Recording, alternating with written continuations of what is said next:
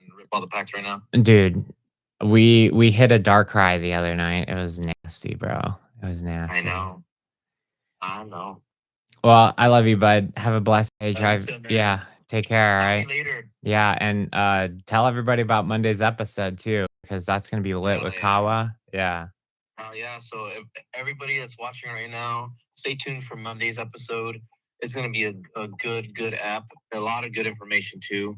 So make sure to put the bell icon and subscribe. Yes. Hit that ding dong bell. Hell yeah. Later, man. See you, bud. Bye. Sebastian rolling in. Packs right now. Dude. Oh, I hear. Okay. We hit a dark cry the other night. YouTube is live. Let's go. All right.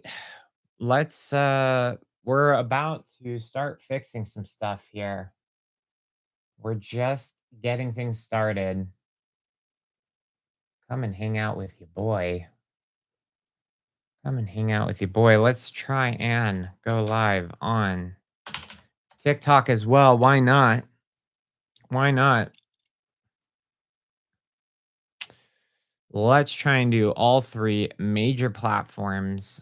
Not doing X yet, although I noticed there are a lot of YouTube Poketubers, I should say, on X. So I have been thinking about getting into it. Alrighty, let's see if we can pull this off on TikTok as well. Camera.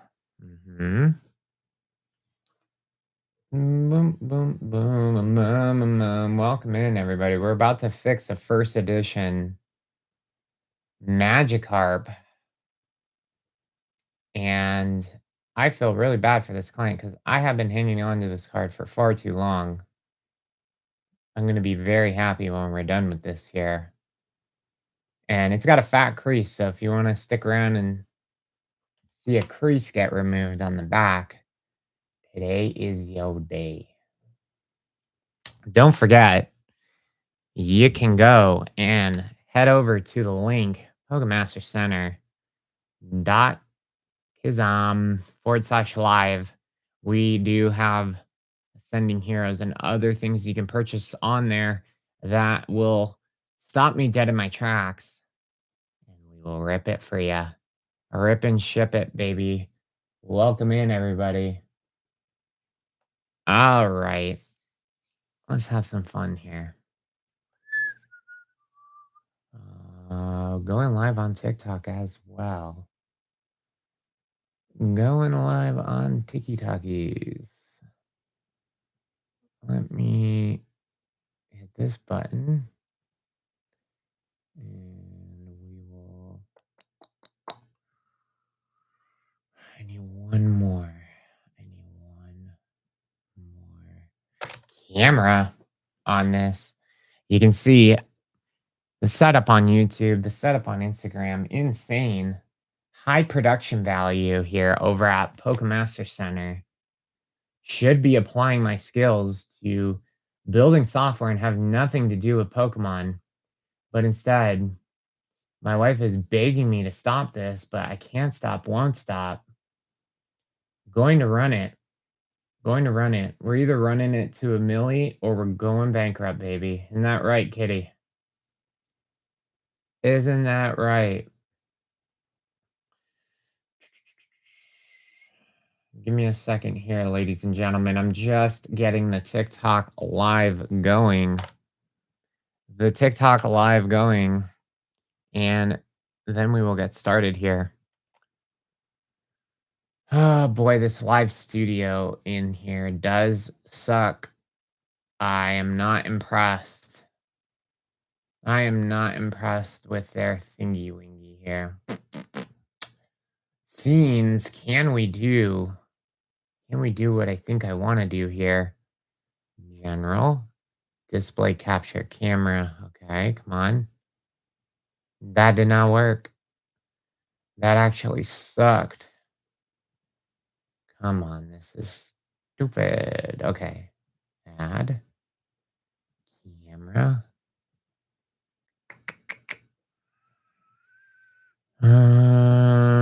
And OBS virtual camera. Unlock virtual camera by going live on TikTok more than 25 minutes each. So TikTok is being stupid. But whatever. That's on you, TikTok. That is on you, baby. I guess we're kind of screwed on TikTok, are we? Unless I can do something kind of crazy here. I wonder if I could do. Yeah, I mean, I've done stupider stuff, so let's run it. Let's start taping phones onto things. High production value here over at Pokemaster Center. It's called MacGyvering. You guys need to look it up. It's called MacGyvering, where you just figure it out. At the end of the day, if it just freaking works, it works. At the end of the day, as long as it works, who really cares, right? Who really cares? At the end of the day, as long as it's working. So it might look kind of weird, but whatever. I think we can still swing it. I think we can still swing it. Gosh, this is really MacGyvered. I'm gonna jam that in there. We love jamming.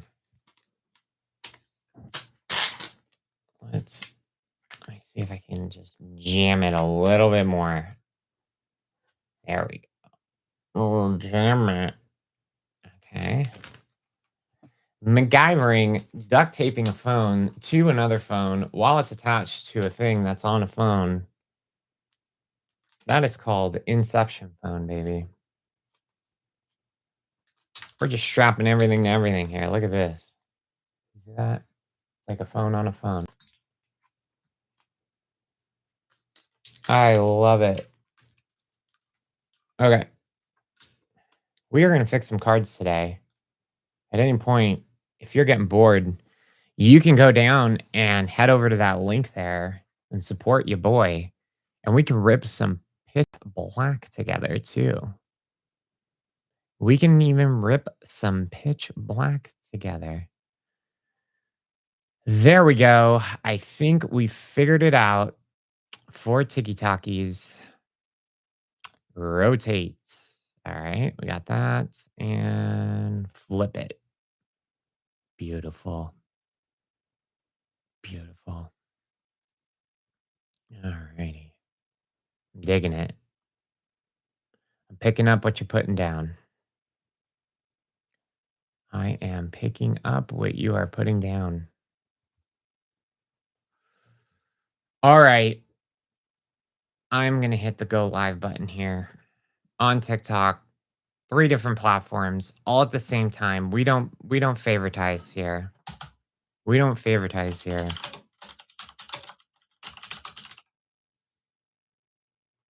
I am Giovanni. I fix Pokemon cards and I make companies like PSA sweat bullets, baby. I make them sweat bullets. Did I get a letter banned? Did I get a letter where I got banned from PSA? Yes, I did. It is a rite of passage, baby. Got that thing framed up in my office. And if you think that stopped, Giovanni, think again, baby. Think again. Here we go. Going live on TikTok as well. 3 different platforms all at the same time. Insane in the membrane. Let's go. Let's run it up. Send this video out to your friends. I am going to go grab a drink. We're going to get started here, and we're going to have a lot of fun today. I am actually going to be doing what no other card restoration person wants to do other than a handful of people like Awesome, Hard, Bubba, and my other homies that do go live periodically. This is the first Giovanni live card restoration stream. At any point, you can hit that follow button and you can buy a product such as packs and other mystery gifts and rip with me, baby. Because we do have a lot of pitch black. We got a lot of pitch black, baby. Welcome in. Greetings from Puerto Rico. Thanks, Cards ER. I appreciate you hopping in my stream. We are on all 3 major platforms. There's an order that already came in. Let's see if it was just a restoration kit or if somebody's already wanting to rip and I haven't even touched the card yet. That would be sick nasty. That would be sick nasty. We haven't even started card restoration.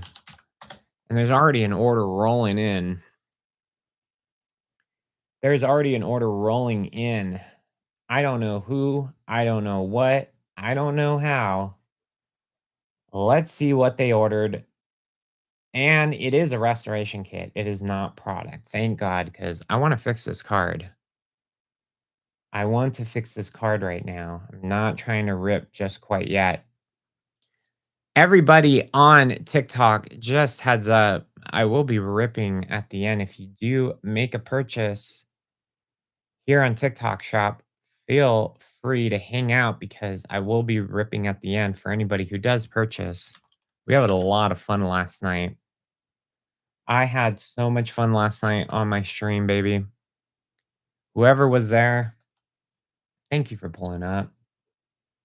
It was a great time. It was an awesome time. It was awesome. We went streaking up and through the gymnasium. Everybody knows that you had a good time last night, Giovanni. Everybody knows in the neighborhood. No orders on TikTok. We will run some giveaways on TikTok, though, because we do love you guys. Just stick around. Smash the like button. It was a great time being the captain and still the captain. Let's go, Nans. I love it. I love it. I love it. Okay, so here we go. I think we're going to fix a card. And not just any card. We're going to fix that card there, baby. What is it? It's a shiny Magikarp. It's a first edition shiny Magikarp. Before we get started, run it up, send this stream to your friends, family, relatives, dogs, cats, mice. I don't care. If they have a mobile phone and they got nothing going on, send this over to them.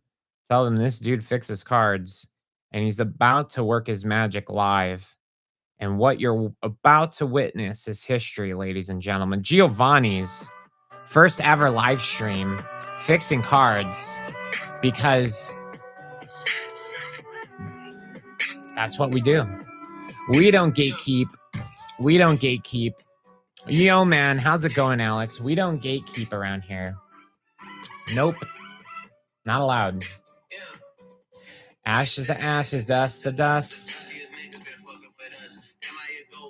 I've sworn not to rip pitch black at all because I know I can trade it at all sides from ETBs for something I want more. Absolutely.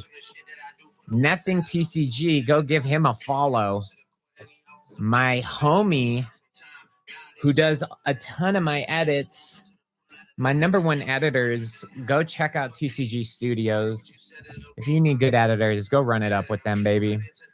Go high value in the chat. Do you think the Rocket Collect humidity holder might cause some white?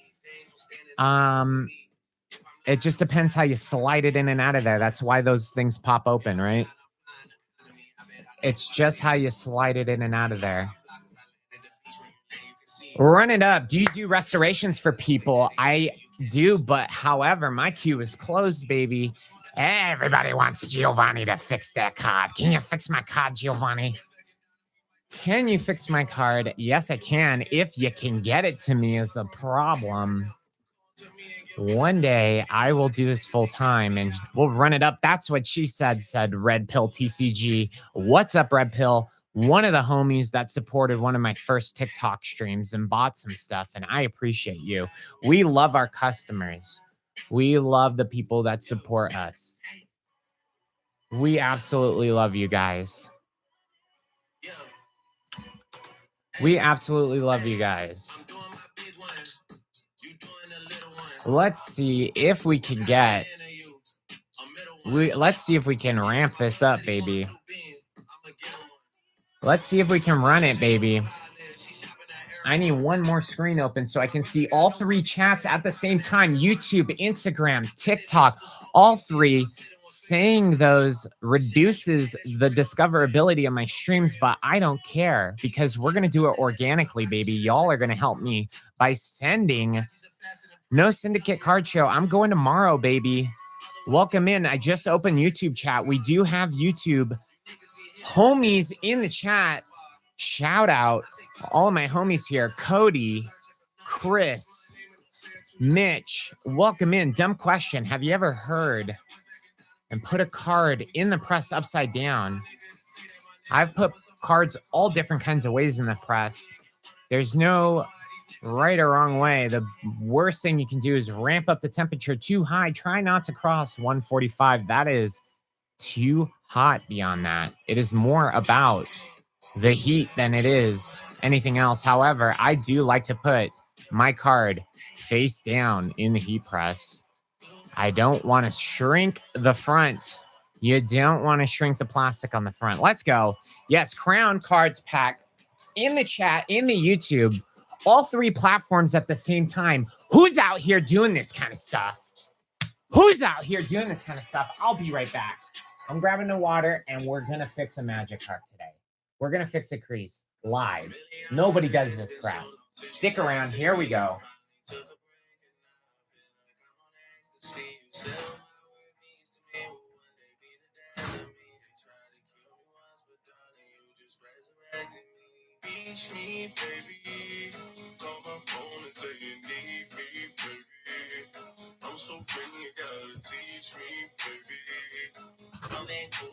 The Diet Coke, the Diet Cherry Coke, not sponsored. Not sponsored, ladies and gentlemen. Hit that like button. Share this live right now. Hit that like button. Share this live right now. We do have the Diet Coke, the rare cherry Diet Coke. First edition, vintage Diet Coke. Wizards of the Coast Diet Coke. Wizards of the Coast Diet Coke. I wish I was at SneakerCon right now. I wish I was at SneakerCon. The only reason I'm not is because my son did not want to go. He said, hell no. He would rather play Roblox with his friends. He would rather play Roblox with his friends. Let's run it up. Share this stream out. I have to pee out of my ding ding. I'll be right back, ladies and gentlemen.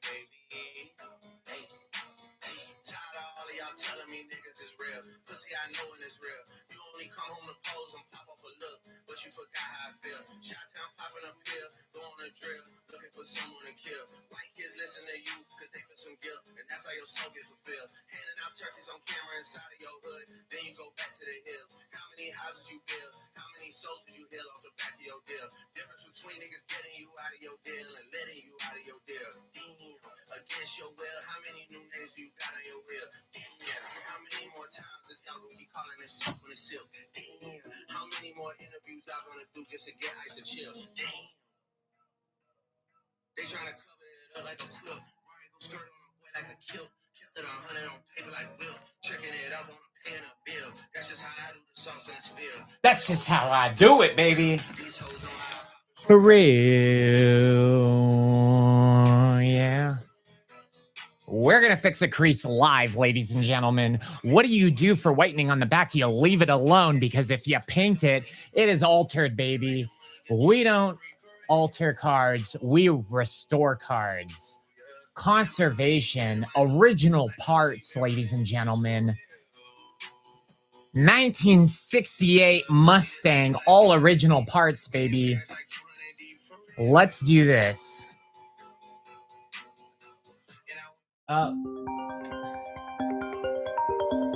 Yo. Yeah, I just realized I had this on. Hang on. I'm going live on I'm gonna re-up because I just noticed the IG died. Thank you for calling me.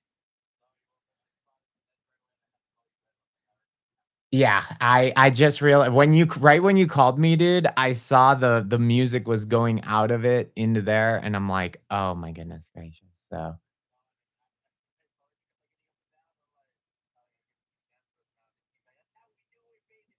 and it just ended. Okay, yeah. Well, I'm gonna rerun it. I just that's the problem with Instagram, man. You know, I'm gonna well, yeah, I'm gonna try and lower the volume or something, but we'll see. Uh,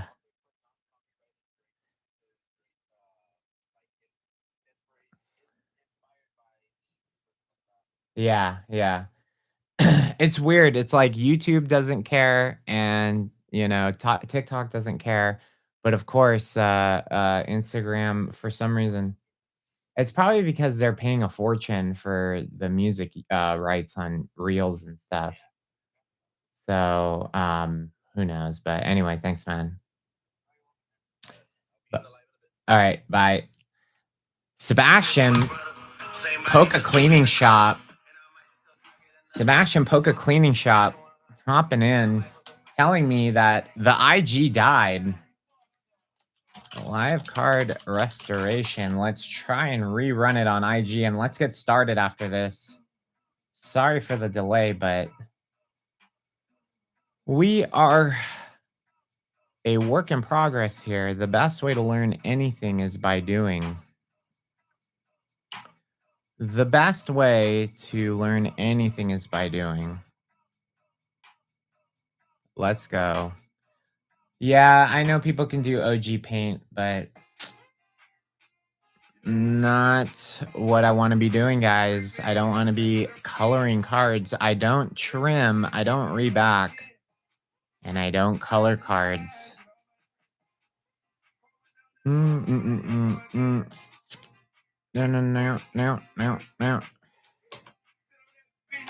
All right.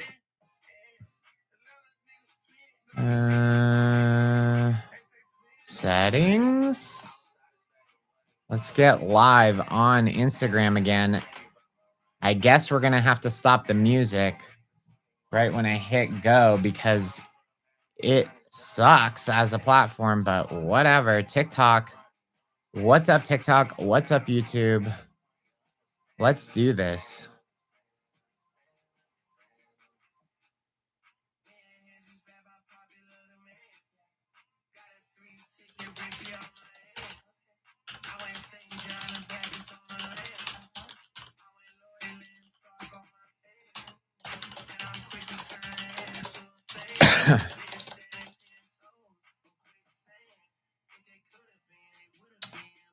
All right, going live on IG again. Going live on IG again. Let's try this again. Let's try this again. I guess maybe let's just find like a nice instrumental playlist. Instrumental. Let's just find something. There we go. I found a nice little playlist for us. I found the perfect playlist for us. All right. So what are we doing today? First of all, let's go around the table here. Sorry, IG, but we were having major issues because I am not an intelligent person. IG, let's run it up. Share this out. Hit that little airplane icon and send this to your homies. Giovanni is live. Edgar in the chat here with TikTok says, I'm a grader. What's up, Edgar? Over on TikTok. Do you use the moisture pad Do you use moisture pad and just press the card? It's quicker. I have no, I don't know. You guys, I think you guys are talking between yourself right now because I'm kind of lost there. How do you know when a card is beyond help? I just try to avoid cards with heavy whitening and heavy creases. Creases that go all the way through the card. Really difficult to fully get out. And that's what we're going to deal with today, actually, is this Shiny Magikarp. We'll talk about it. I'm going to show you guys right now. Hey, YouTube. Thank you for the 11 people in my YouTube with the 5 likes. Smash the like button everywhere. All platforms, I need people smashing, sharing. Go outside, start screaming. Giovanni's live right now fixing cards. I see the love pouring in. Thank you, TikTok fam. Thank you. Hit that follow button. I love watching your videos, says Mesolab. Hey, what's up, Mesolab? I remember you, bud. And I always find something wrong. This card has a crease for just way too long.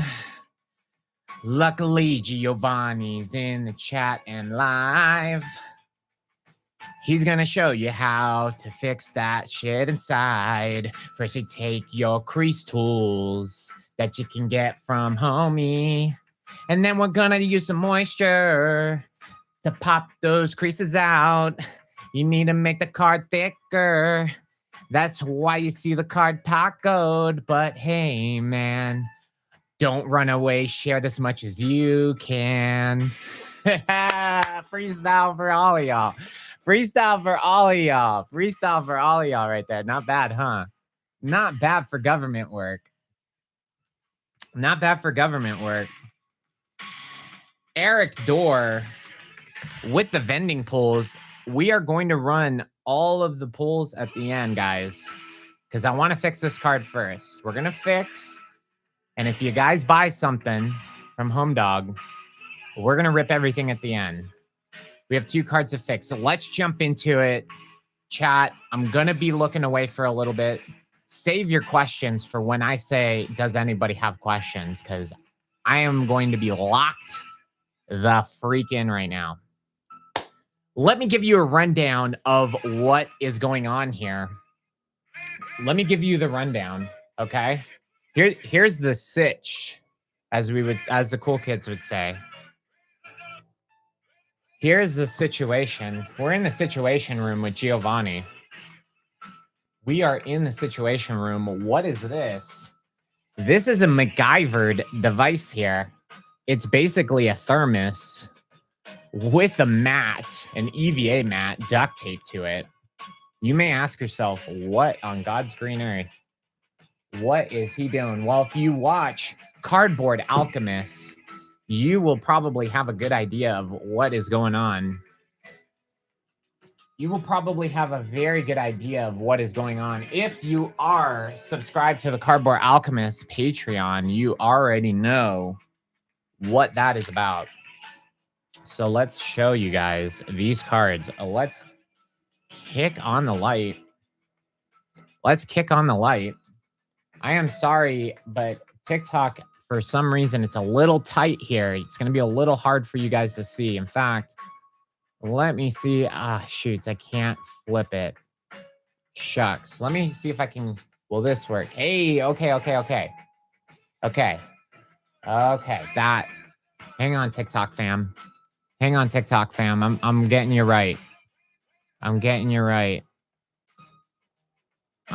right, guys. Just bear with me.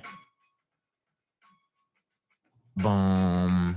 Bum, bum, bum, bum. I always find something. You've been putting up with my just way too long. You're so gifted at what I don't like the most.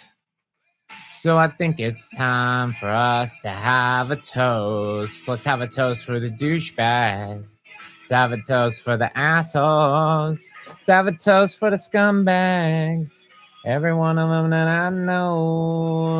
A toast for the jerk-offs. That'll never take work off. Maybe I got a plan. All right. Sorry about that, TikTok fam. Just making sure you guys can see because we are going to fix a card live here. Just making sure you guys can see what the heck is going on here. There we go. I think that is good enough for government work right there. Which way? This way? Okay. Jesus walks. All right. So here's the situation. Okay, guys.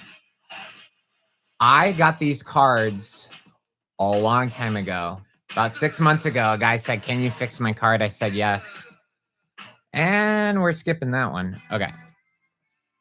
I got my card. I got these 2 cards in 6 months ago. I've been sitting on them, and he's been very patient with me. And this is why I'm not taking cards right now. Why am I going to take your card and sit on it for 6 months, right?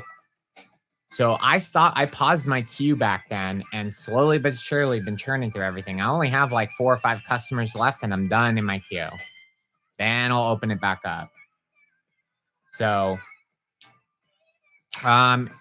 ship to Wales, the shipping is going to crush you. It's going to be like $20 to ship it. So if you want to eat the shipping, that's up to you. I need advice for a small pinhole in the front. Lock in the Monday's episode of Cardboard Alchemist because we talk about that. Join the Patreon. All right. So what did I do here? What the heck is going on here? Let's pull over the humidor. I'll show you exactly what's going on here. By the way, Vintage Mystery Pulls, if you do want to hook a brother up and support him and purchase a product, I would appreciate it.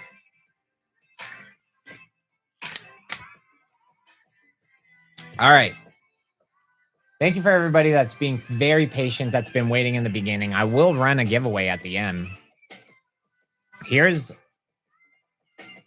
right here is a humidor.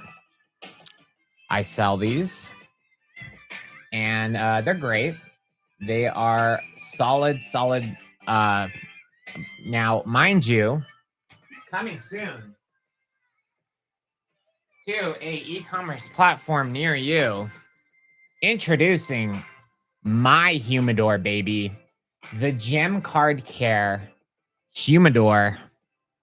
The Gem Card Care humidor with the digital and the temperature. That's not all, baby. That's not all. Sorry, why? There's a wire somewhere. I feel like one of these. There it is. Okay. Sorry. Over on IG, I just noticed there's a little wire and it's bothering me. I'm majorly OCD. But that is why I'm live on 3 platforms at the same time. This comes with the table, baby. This comes with the official Giovanni card table. Stay tuned. Pre-orders going live soon for this.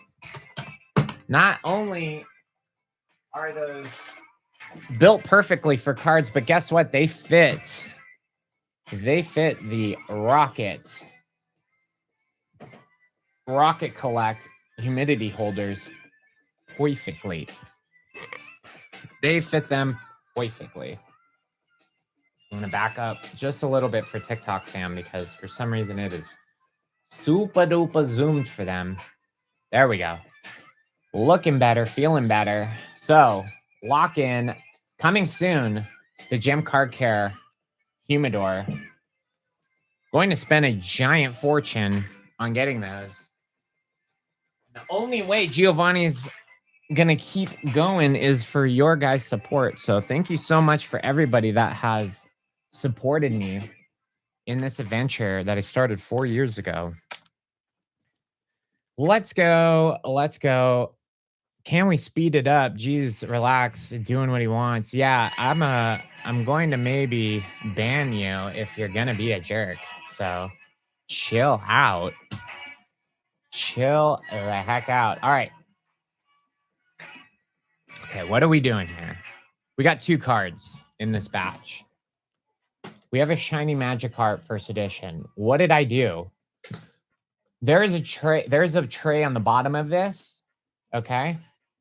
And it's filled with hydration phase. If you know, you know. available at certain places. You can find it. Just DM me if you can't find it. But hydration phase allows the card to not only slowly soak in moisture, but more importantly, when you go to dry it, the moisture comes out more evenly, therefore reducing the wonkiness that you can get. Some people hate tacoing. Okay. I'm gonna kill the music because I think it's classroom time.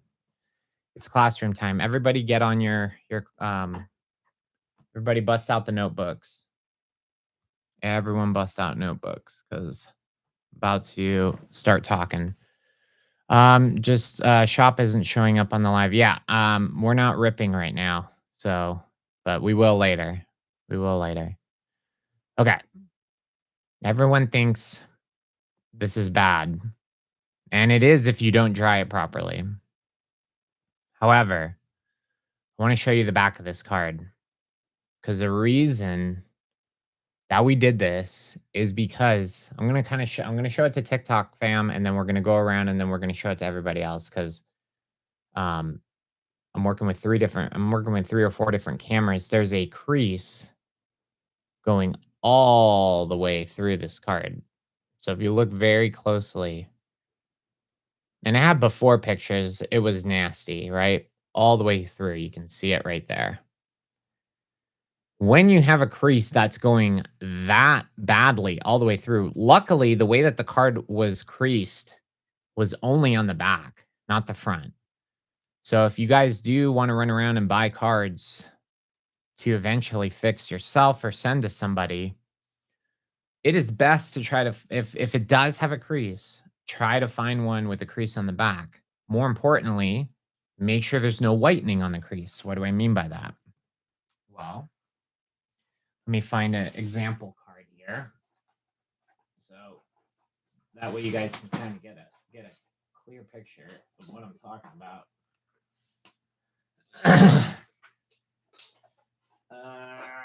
Let's see.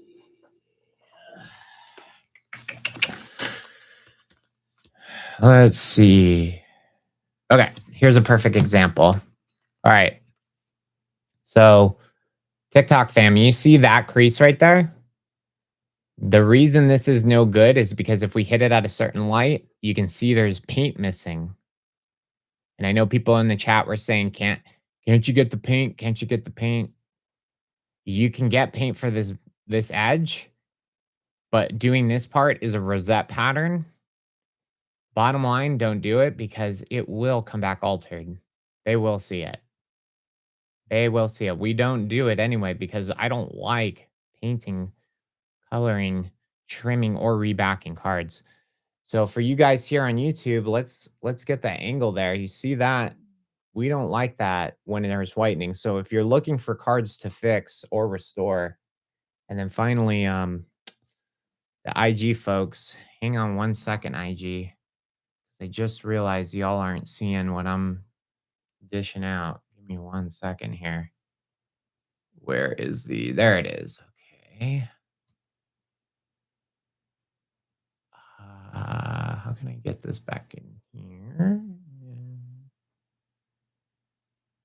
There we go.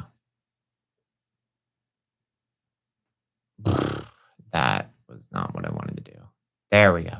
Okay. Instagram. Do you guys see that? There's whitening there. You don't want that.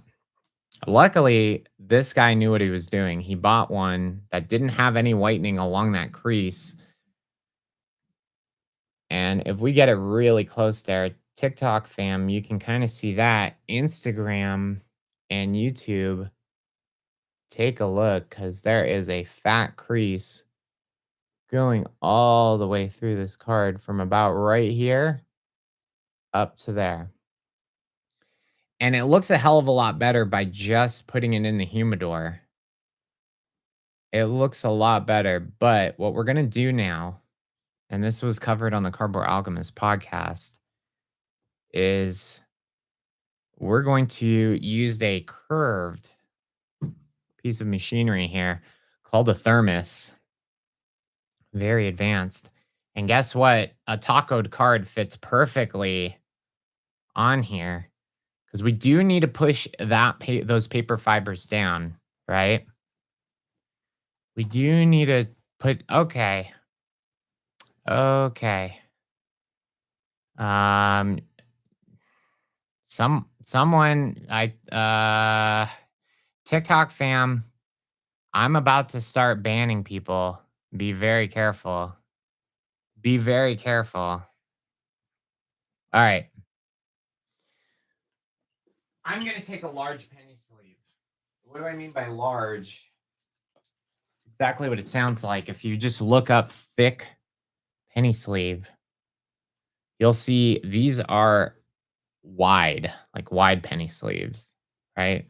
The reason I like these, it's easy to get the card in and out. Therefore, the biggest chance to add more whitening is you clip the card going in and out of a normal penny sleeve too tight. These thick, if you just look up thick penny sleeves, penny sleeves for thick cards, because usually these are for like patch cards and stuff, right? The card will fit nice and easy in there. We are not going to use our tools directly on the card. We want to sleeve the card first and then put it on Neil. All right. Next is the right tools. The right tools for the right job. Luckily, over the years, I've built quite the arsenal.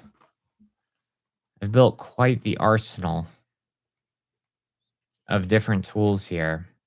In fact, go ahead and give you a little showcase of what I've been working with here. And by the way, this is just the tools that can fit in this box because I am always doing experiments. That's what I love about this. Okay. We're going to use a couple of tools here to fix this. We're not using the thermal pen. What is the thermal pen for? Thermal pen's for the front of the card and is the most dangerous tool. It's this guy, made popular by Salvo, Captain Jack Parrott. Give him a follow. Very innovative guy because not only did he bring the heat pen to this game, but he also brought the bone folder, which is used in paper conservation. First person I ever seen in the game use it. So shout out to him. He's the man. And the heat pen's really just for creases on the front. And you need a barrier before you're working on it. So something like vinyl, acetate, card conservation has a link to the vinyl that I use. Go check it out. We also do prefer cat bite parchment. Those two are the ideal mediums when doing things with the thermal pen. Luckily, we don't need to do that on this card because the crease is only on the back. So I'm going to give you guys a visual and shout out Shiny Acid Exchange because at Card Conservation Convention, he did a great explanation, a stellar explanation, along with Mert, talking about these sorts of things. It actually was Mert. It was Card Baba that was talking about creases because he basically was saying, you have the paper, right? You have the paper, and then the crease happens. What happens? It bends, snaps. Those paper fibers have snapped. Some of them may still be connected underneath, but at the ridge, at the top of the crease, at the very top of this card, those paper fibers are completely disconnected. So we need to pull the crease back and push it down. But what I'd like to do is have something like a mat because we want a little give when we're working on the crease. Because if we just push it down into a hard surface, we start pinching those paper fibers. It has nowhere to go. But this EVA mat right here, just that couple of millimeters allows this to happen where the crease gets pushed in. And then when we flatten it, the hope is that those come back together in some form or fashion, right? It's where you jam when you jam those paper fibers and you're jamming it on a hard surface, like the, whatever, glass plates or whatever, and you're just jamming it down. All you're doing, let's say if the paper fibers, let's say we zoomed in, the card's this thick, and you're pushing down on hard surface, you're just crushing those paper fibers and you're risking an altered grade. We're using EVA mats to protect that. Yes, it will bulge out of the front at first, but that is why we then at the end press the card. That way we can flatten it.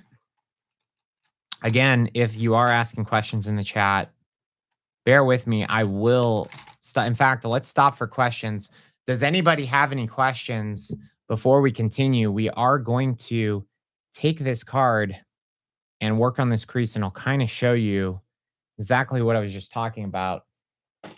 I don't want this card to dry out. We're going to put it back in here with the hydration face. We're going to put it back in here with the hydration face spray. And then we've got the GCC card spray. Don't forget, Hyper Potion slashed 50% off. Love from the UK, mate. I'm a full-time restorer myself, man. Been watching you for ages. Thank you so much, Gaff. Do we have any questions before we get started? What would you do for Garninja from Chaos Rising with a top center edge lift, says Johnny on YT? I would use something like this.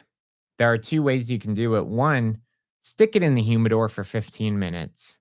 Put in a penny sleeve, boom, boom, boom, work on that edge. You can work on something like the mat and then lightly press. Something like my flattening kit, you just lightly press it. What I mean by lightly, just use the small clamps. But you do want to focus the pressure. So let's say this is your card here. Okay. And let's say that lift is right there. When you put it into the plates,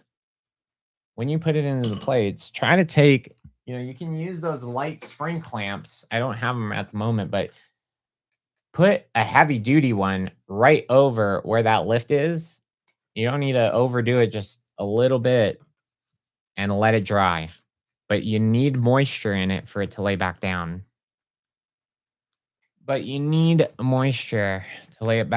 Any more questions before I continue? Stopping for questions. You should offer an online class. I'd be a student. Yes, it's called Cardboard Alchemists. We do have a class tier, the most expensive tier. I value my time, so it is very expensive, but you can get one-on-one trainings from us. However, the cheaper tiers, we have episodes that cover all this stuff, plus you get access to the wiki. Any more questions? Chris on YT says, what kind of parchment vinyl you use with the heat pen for creases? I just said, so it's cat bite. If you look up KATBITE or just head over to Card Conservation and you can see this is what the box looks like. It's on Amazooks. And then as far as the vinyl is concerned, it's called Bacetate. There's various forms. In fact, there is a thinner one, but you can't get it on Amazon. That's what I have in my kits. But this stuff right here, this little thicker stuff, you can get on Amazon. It's called Bacetate. The wiki has it. You don't even need to pay, by the way. The wiki for essential tools, if you go to the wiki, the essential tools page is public. You can go right now and you click that. It has over 100 links to the things I've used that I approve of. So enjoying the education. Thank you so much, Migs, on the TikTok fam chat. Let's see. Let's look for last minute questions here before we continue. Instagram, you're sleeping, not seeing any questions from the Instagram fam. We do have people in the chat, but nobody's curious, I guess. Nobody is curious. What's the best way to take out light scratches on the front of a one-piece card? In the case that I would use Hyper Potion, baby. The one and only, the first 3-in-1 product, scratch reducing, hollow enhancing, and polish all in one. Go look it up. Last call for questions. IG, thank you, Battle the Wolf. IG was sleeping, but the wolf just awoke. He says, any methods on whitening? Yeah, there are things out there, but they won't get graded, so I don't do them. Plus, I don't like coloring cards. It's too much of a Mordor ring situation. If there is a method, which stay tuned because on an app, we're going to be talking about something groundbreaking that is terrible for the hobby, in my opinion. But yes, people are fixing whitening and people are getting it past grading. I don't approve. What's the mat that you're using under the card when you're working on it? It is called EVA mat. There are various thicknesses, there are various types. But again, on the wiki, you can find all the links to the EVA mats. If you just look up, I think they're called toolbox liners. You can look that up on Amazooks or here on TikTok Shop.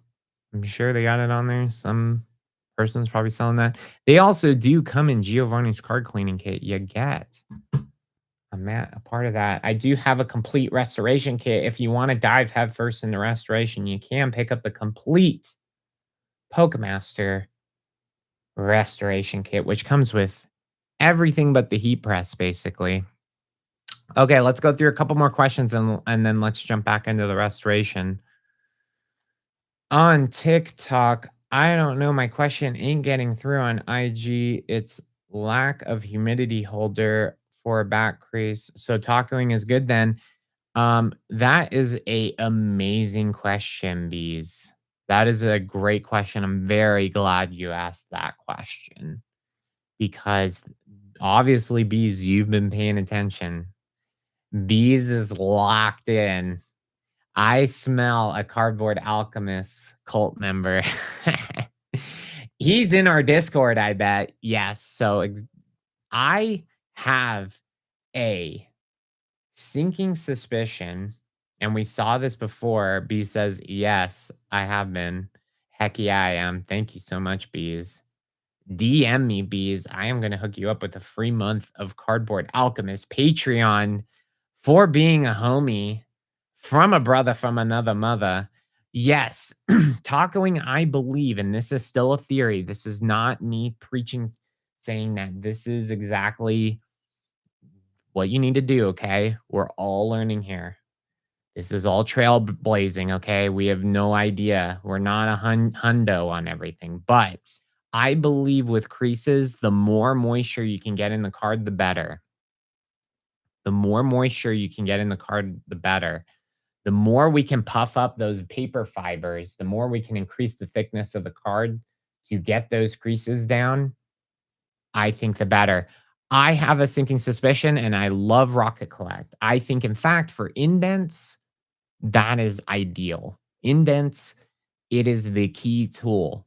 And mind you, if you're really nervous about wonkiness where a card can do this, where when you dry a card, sometimes it does this crap, the Rocket Collect humidity holder prevents that. Because when you do taco a card, if you don't dry it right, if you're not patient, if you don't do even pressure, there's so many variables to this, guys.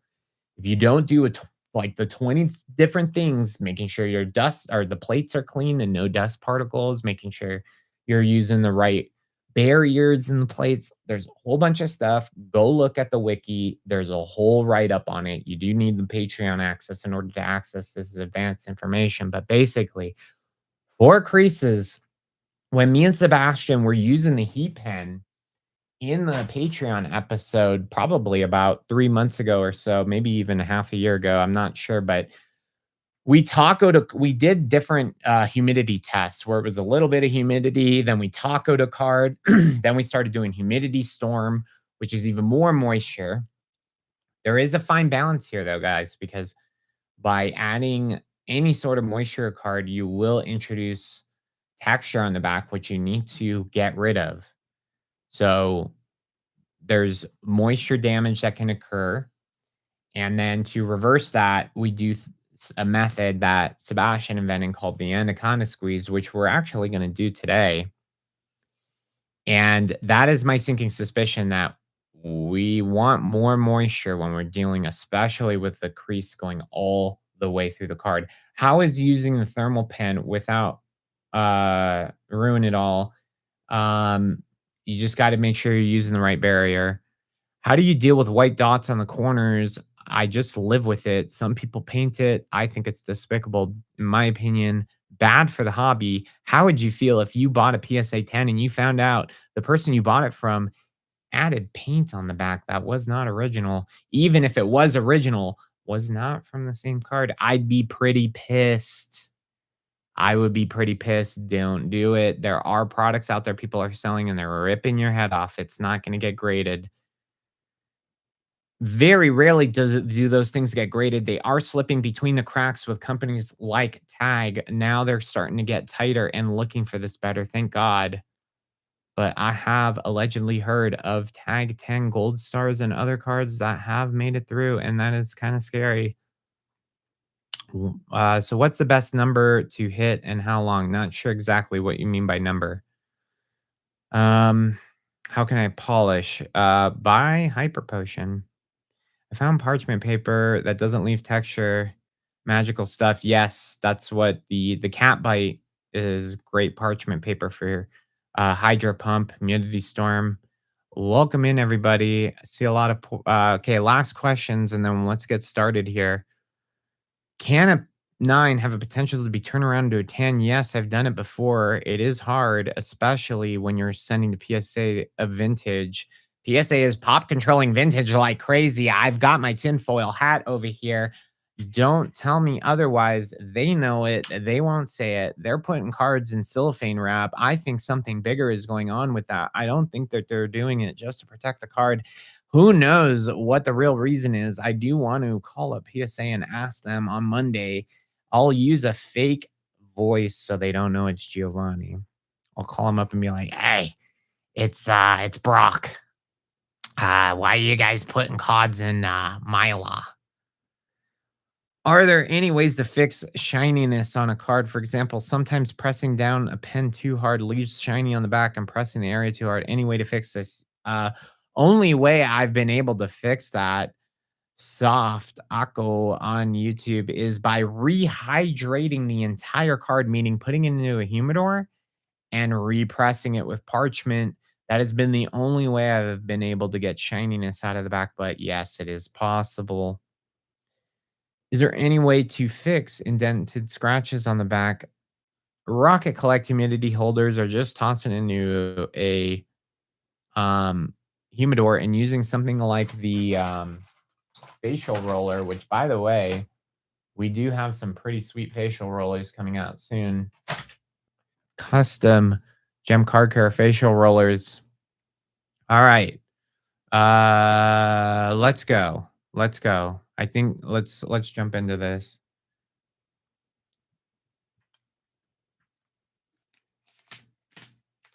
All right. Let's do this. Okay, so let me just take the tools that we need out. I'll take just the tools that we need out. So what do we need? We need a crease tool. We need the card pick. And we need the bone folder. Those are the main ones that we need right now. That's about it for this crease restoration that we're going to do right now, live on all major platforms. Do me a favor, smash the like button, hit subscribe if you're not already. Pick up a restoration kit, support your boy. Support your boy. Without you guys, I wouldn't be doing this. Without all y'all, I wouldn't be doing this. So thank you so much for spending your Saturday with me. It means a lot to me. I'm not sure if the World Cup game is on right now, but if it is and y'all are here, then shout out to y'all. Shout out to y'all. All right. Let's do this. Let's do it. We'll talk about the Mew Gold Star here in a little bit. But let's not get off track here. Let's just focus on the hard. Let's do the hard one first, and then we can do the easy ones. make sure you check your penny sleeves. We don't want dust. We don't want things imprinting on the card. And I'm seeing a lot of imperfections on this penny sleeve. Not happy with that penny sleeve. Going back, running it back, getting a new penny sleeve. Let's go. Running it back, getting a new penny sleeve. Getting a new penny sleeve. That one looks much better. You have to be detail oriented when it comes to restoring Pokemon, sports, One Piece, and the many other trading cards that are out there. We used hydration phase. We poured hydration phase into the humidor. We filled this bottom tray with hydration phase. Then we let it sit overnight. This is what the card looks overnight. Stay tuned. I did weigh the card before and during the hydration process. So we have back data as to how much moisture gets absorbed into the card over time. We are being scientific. So what we need to do here, we're going to be Dr. Phil today. Today is Dr. Phil time. What you need to do is put the card into a large penny sleeve and then tell your ex-wife that you're maybe doing something you shouldn't be doing. All right. I'm not going to worry about like the angles of the videos as far as my face. I'm probably going to fall out of frame here for a little bit. We're more focused on the card and you guys trying to get a grasp over exactly what's going on here. I'm going to try my best. It's going to be very strange here because we're live on a few different platforms at the same time. We're going to back up just a little bit. Okay. So again, this crease was running all the way through here, okay? This crease was running all the way through here. And the idea is we want to use the card pick, the crease tool, and the bone folder at the end. And each one has a different purpose. Each one has a slightly different purpose.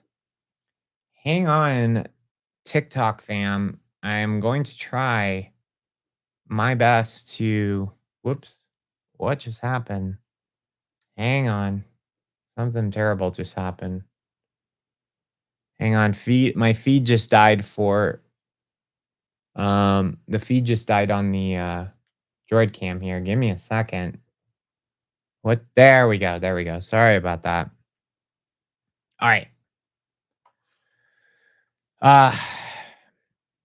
TikTok is extremely zoomed in. So if you guys really want to get an up close and personal look at this, head over to Tiki Talkies and follow your boy over there. It is much more zoomed in than the YT and the IG. It is kind of zoomed out there, but if you don't have that, I don't blame you, and you need to just deal with it. So what we're going to do is I'm first going to take the card pick. And the idea is we're not going to just straight trace the crease, okay? We're going to go and pull the crease out from the ridge of the crease. So you can see this line right here. There's a line right here. So imagine this crease is going all the way through here. What we're trying to do is pull those paper fibers out very lightly. We're not pushing super hard. This is a dangerous tool. So what we want to do is just be very patient, use the tool at an angle. Some people are very nervous of using this tool, and I don't blame them. But to do this right, you need to be detail oriented. So what I'm doing right now, I am looking for the ridge of the crease. I'm pushing with the card pick directly on top of the crease and then pulling out. I'm pulling out. Okay? That's step one. We're trying to just pull those paper fibers away from each other because they're jumbled up into each other right now. This is why fixing spider creases is a giant pain. We are going to talk about rosin presses on Monday, which can be a godsend, but if you don't, I'm being 100 with you guys. If you don't prep the card like this before putting it into any sort of flattening thing, whether it's heat press, rosin press, plates, if you don't prep the crease like this, you will see traces of it for sure. For sure, we'll see traces of it if you get lazy and you just squish it. So what we're doing is we're going along the crease and we're just trying to pull those paper fibers away from each other by pushing down on the top of the crease, going in one direction, and then pushing back down on the top and going the other direction. We will get more blunt objects out to do a little bit more on the crease. This is just step one. And this is why, again, creases going all the way through the card. You always end up seeing some trace of it because if you don't take the time to be meticulous and surgical about it, then and you get lazy and you just squish that card and you just flatten the card without prepping the crease, those jumbled up paper fibers are now permanently jumbled. And when the card dries, guess what?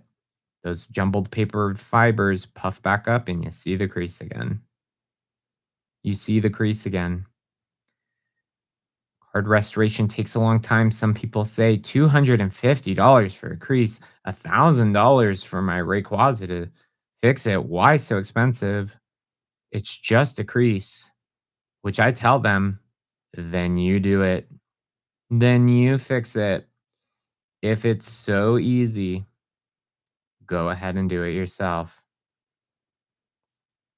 But I will say, every restoration artisan that I see out there, I love the experimentation. I love the scientific approach some people have taken to push this game forward, bringing new tools such as the dental carver, a wax tool that we talked about in the Patreon. If you have no idea what I'm talking about, subscribe to the page. Cardboard Alchemist. Cardboard Alkies.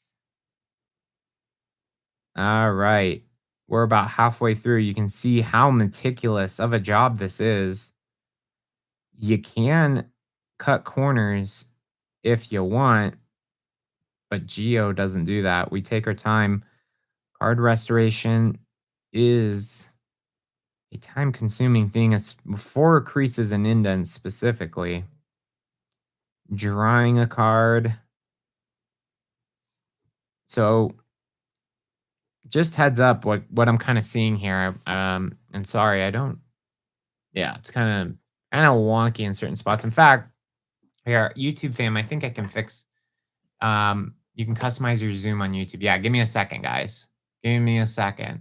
I'm gonna make everybody's life easier across all the platforms.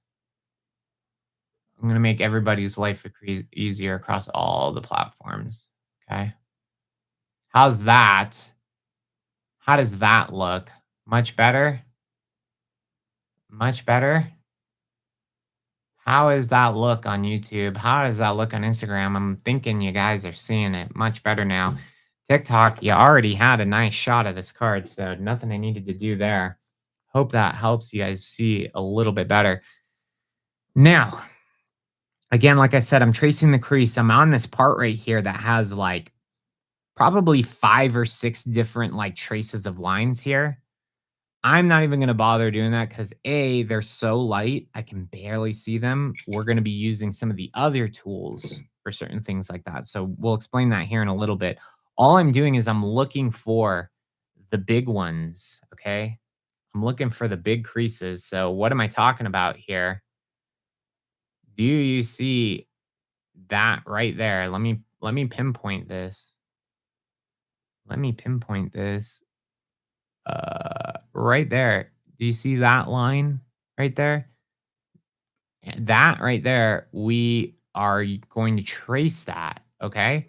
But then once it starts getting a little crazy, Like, you can see here, there's like 3 or 4 creases going down over here, yeah, if not even more.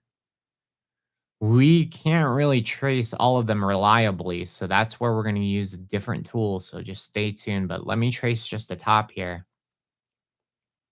How do you restore edges? You just use a bone folder or something like that. If you're talking about coloring a card, don't do it.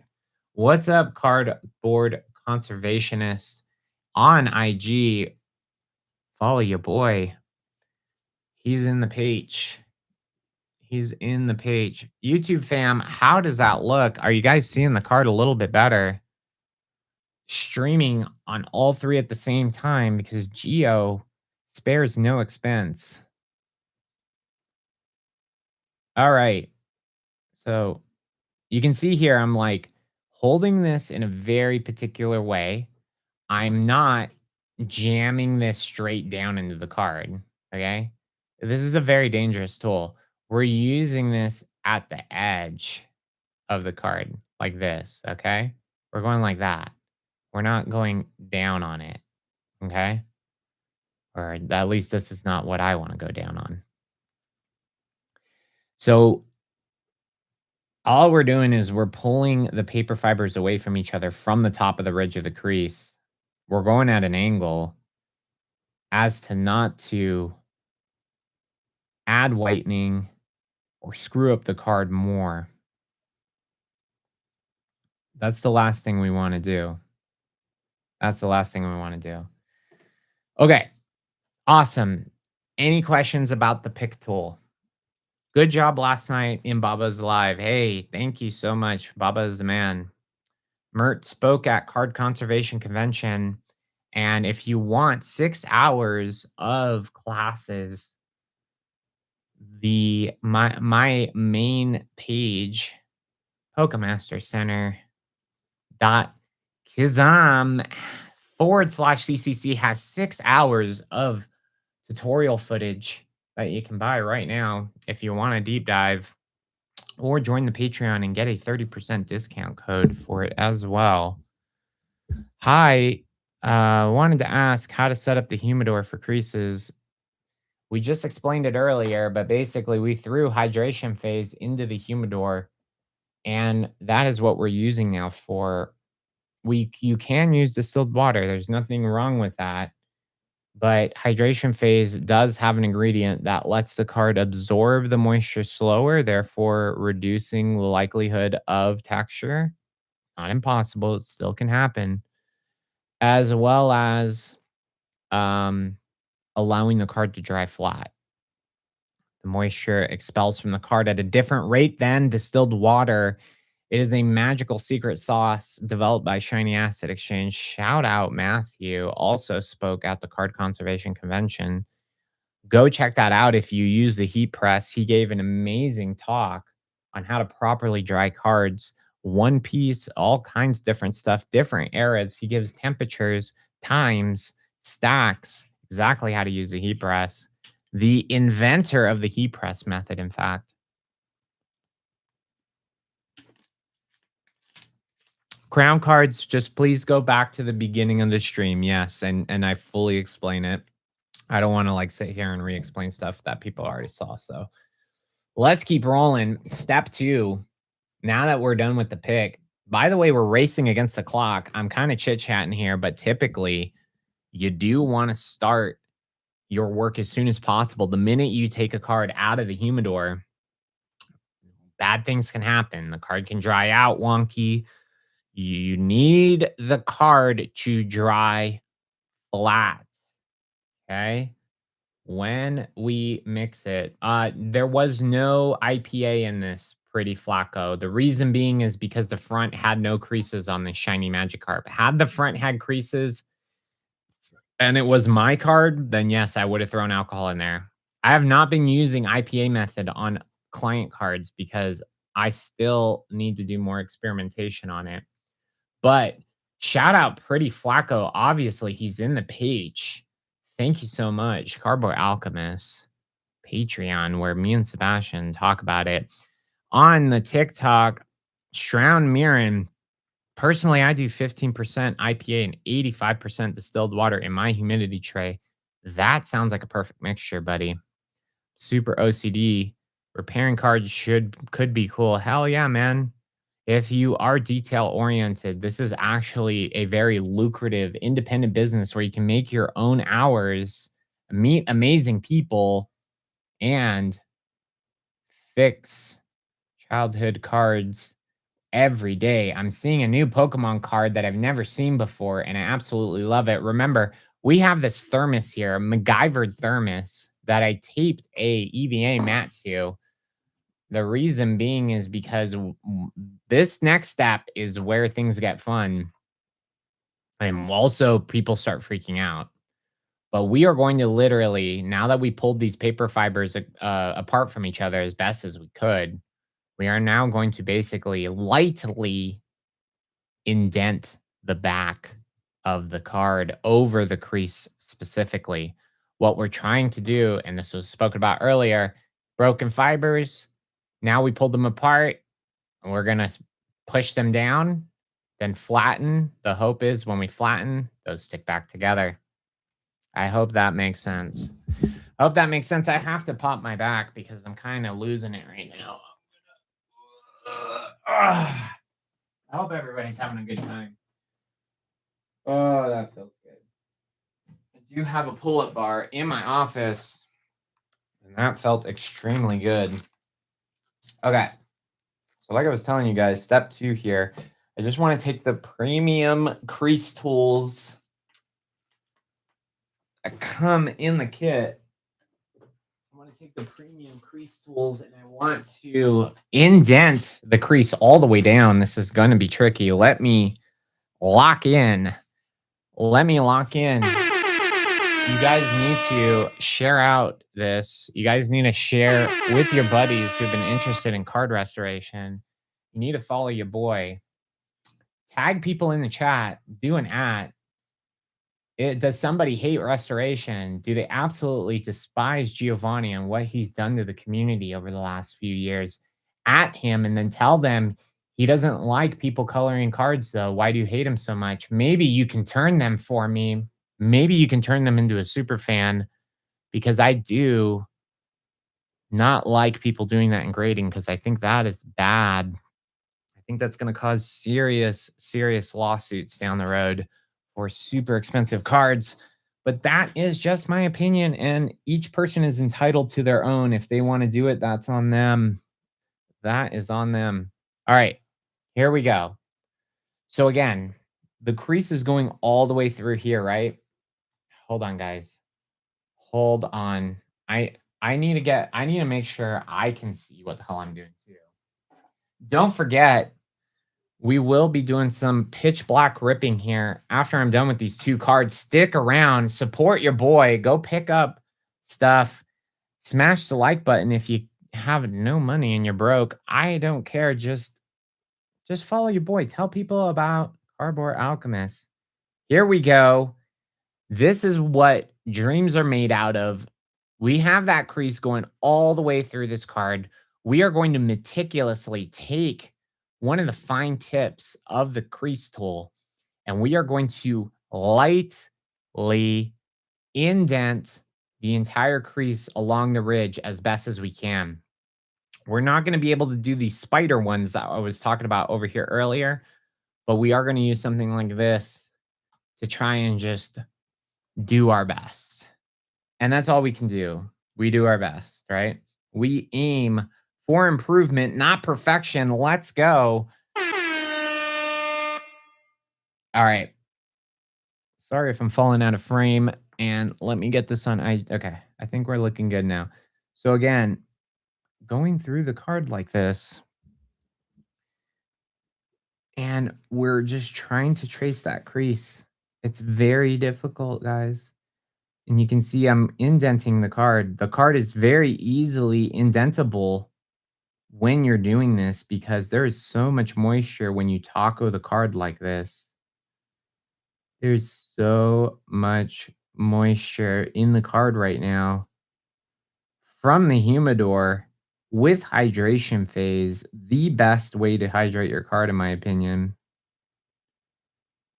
And all we're doing is we are indenting that crease ridge down. And it's going to look like crap after we do this. However, we're going to flatten it, use the bone folder, and after we pull it out of the plates, it's going to look absolutely amazing. Smash the follow. I will post pictures once this card is done. Be very light. You don't need to press super hard when you're tracing the crease. If it is a fatty boom batty, then yes, you need to maybe press a little bit harder. What I'm mainly doing when I'm doing this is I'm looking at the card, where the crease is, I'm indenting it, and then what I'm trying to make sure of is that the ridge is no longer there, meaning the ridge of the crease, the top, the mountain peak of the crease is now pushed in. It now is like a ditch, not a ridgetop mountain. I'm trying to use euphemisms and metaphors for you guys, but I'm not doing a very good job. All right. Okay, so this is where we have all those spider creases. I can kind of see some of the ridges. We're just going to hit those ridges that we can see, but there's kind of like just very faint spidering going on here. Again, we're going to use Giovanni's card tool for that. We're going to use Gio's card tool for that one. Okay, guys. How we looking? Welcome in the chat, everybody. Thank you. We've almost got, let's see, about 50 or 60 people across all the platforms. Thank you so much. Send this out to your buddies. Send this out to your homies. Send this out to people who said Giovanni is the man.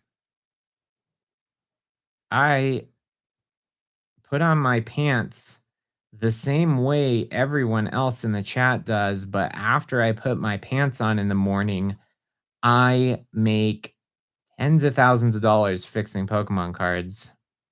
That might be the difference. Some of you might be the same. I have a feeling some of the Cardboard Alchemist members might be in the same boat. Now that we're done tracing the crease, let me actually, before we continue, let me kind of give you guys, why is the card bent? Just go back. You'll hear me explain this was in the humidor and it won't be bent at the end. You see how that's indented? You see, okay, here, Instagram fam, YouTube fam, you see that indent right there? That was a ridge of a crease. Now it's pushed in. We did that on purpose. Why? Because when we flatten it, that will balance out. It will balance out the plane of the card, meaning it will flatten out when we do press that. And then TikTok fam, sorry, I'm using two different phones at the same time on all major streaming platforms right now. Giovanni in the house. Can somebody smash a like button? TikTok, Instagram, YouTube. Let's go. Thank you. Thank you. I see it. I see it. Hey, there. Yo, he says you're cooking. Thank you. Thank you. And you can cook too. And you can cook too. Poke Master Center with all the restoration tools that you need. A very upfront and honest individual, even though everybody says Giovanni's a bad guy. Not true. Once you get to know him, one of the kindest souls you can meet is what some have said. Although I slightly disagree. If you catch me on a bad day, it might go sideways for you. So, step two. Step two, we're done with this, right? We've kind of like indented the card along those ridges. The main reason we did that is we want those paper fibers to get pushed back in. Step two, we're using the bone folder. And now this is just the overall smoothing out part, okay? And as Sebastian said, there is a flat part to this bone folder. There's a flat part and a rounded part here, okay? When the card's like bent like this, it doesn't really matter. But when the card, let's say you have the card flat down on a plate or some hard surface and you're working on the card, typically that's when you want to use the flat part because you run the risk of indenting with the round part. Again, little details you learn over time and on the Cardboard Alchemist podcasts. Don't make the same mistakes. Go over, sign up for the Patreon for free to receive exclusive discounts on all the products, as well as the amazing episodes and amazing guests that we've been having on. What I'm doing, I'm taking the bone folder and I'm just tracing the entire surface of the crease. I'm not pushing super hard. We do have this mat underneath that allows the card to give a little bit, therefore making the crease have some room to go away and for the card to spring back up. What we don't like to do, and sometimes can be an issue if you're working on a super hard surface and you push super hard, you can pinch the card. Pinching a card, especially on the corners, can ding you, and the card may not get graded. We don't like that. We don't fix cards to get N5s, ladies and gentlemen. We fix cards to get better grades. And whether it's for profit, pleasure, or I don't know, figure out another P word, that is what we are doing. Passion. I'll say passion because I have a passion for this. And I know sometimes we get people in the chat saying you guys are despicable, etc., etc. I would tell them, if you think I'm bad, just wait. Just wait. Because I have a feeling things are going to get a little weird when it comes to the coloring thing. I have a feeling things are going to get very strange when it comes to people coloring cards, but that is just my opinion, and I have nothing wrong with those people necessarily. They can do what they want. It is America, the last time I checked, a free country. However, I personally do not do those things. That is not my cup o' tea. All right. Before we continue to the last step, which is flattening the card, we're going to open it up for questions here. Instagram, TikTokies, and YouTube. Feel free to drop a question in the chat. If you have a question about the bone folder, the crease tools, or the card pick, or whatever the hell else, I will be happy to answer it before we move on to the next step, which is the final step, flattening a card. In the plates.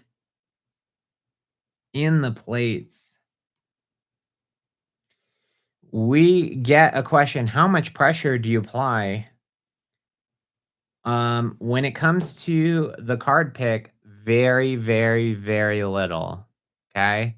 When we were talking about this, we're just pulling it away. I'm just kind of not just laying it on per se, but just a little bit. And again, we're using it at an angle, not going straight down on it. We don't want to poke the card. That kind of hurt, actually, me just doing that. It is a pretty sharp tool. The precision crease tool, we do want to give a little more pressure than the pick because this is more forgiving. You can go straight down on it. This one, you do want to go straight down on it. And this is where we're tracing the ridge of the mountain of the crease to push that back down. The EVA mat below allows that card to have room to spring and not pinch the card. And then the bone folder, this is the most pressure. So we go from little to medium to high. The bone folder, you can put some elbow grease into it. You can put some elbow grease into it because underneath we have this card mat. The card mat is there to help absorb that pressure, but also evenly distribute the pressure, which is one of the most important things in flattening, as well as some other things like this. Beautiful, beautiful, beautiful. We haven't even flattened it, and I'm already seeing major improvement.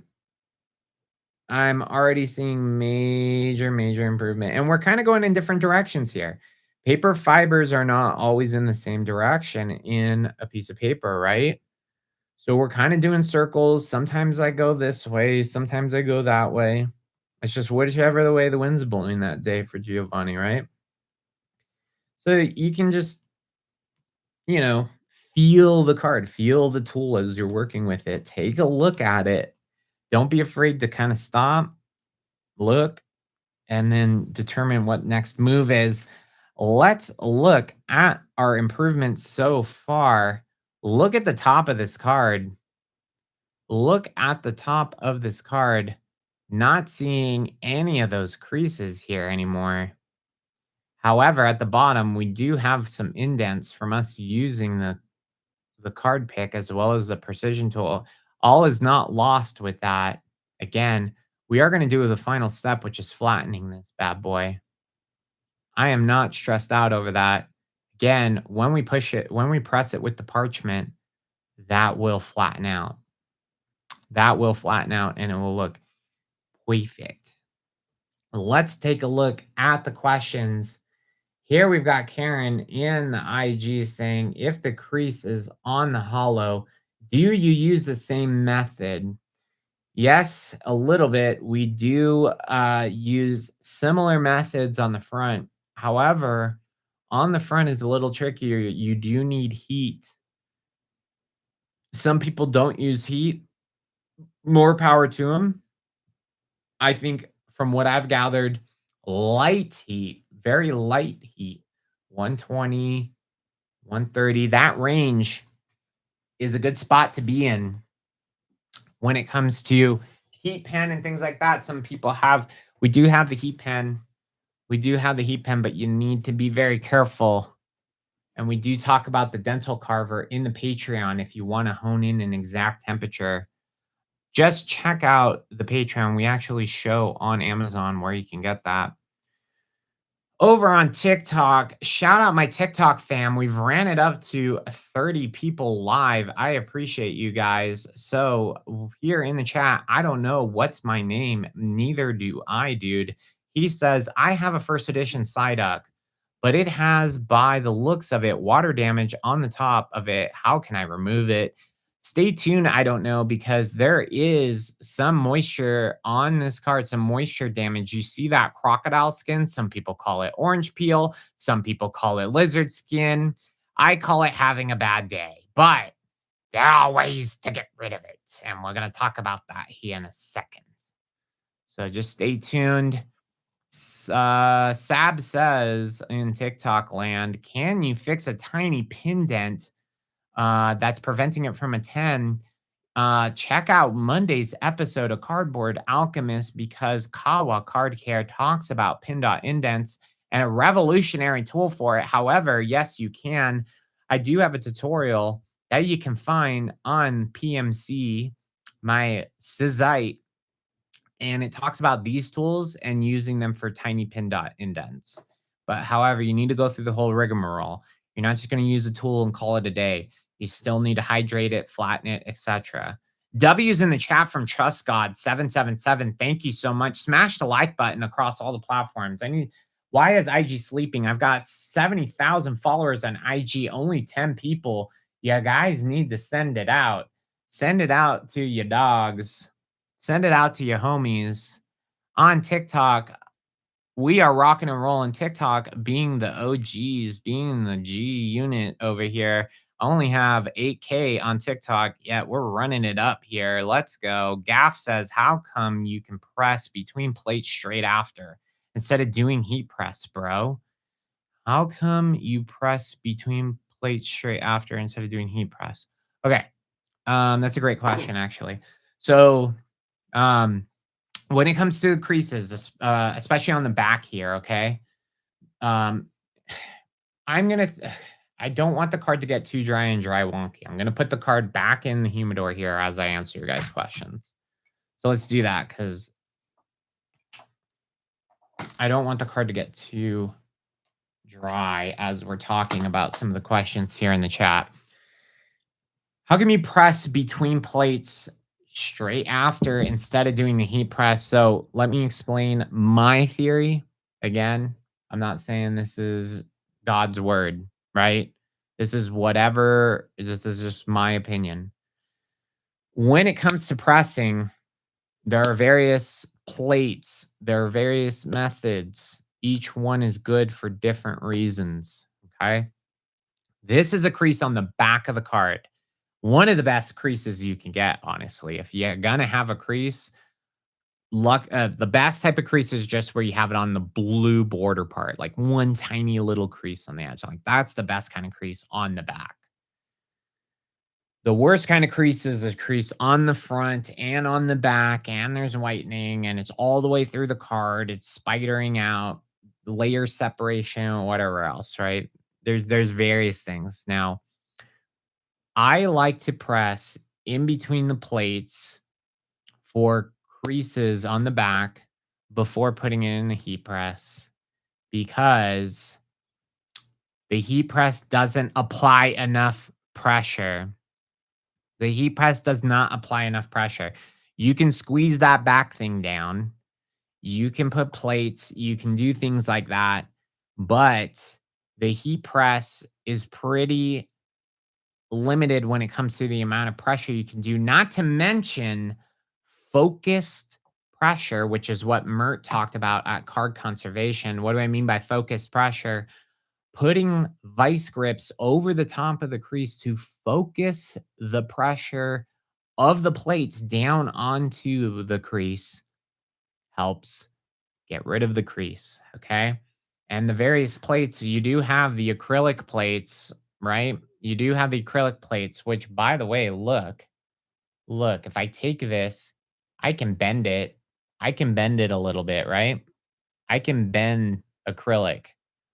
When we do focus pressure with the acrylic plates and the Vice Grip Pros, these bad boys,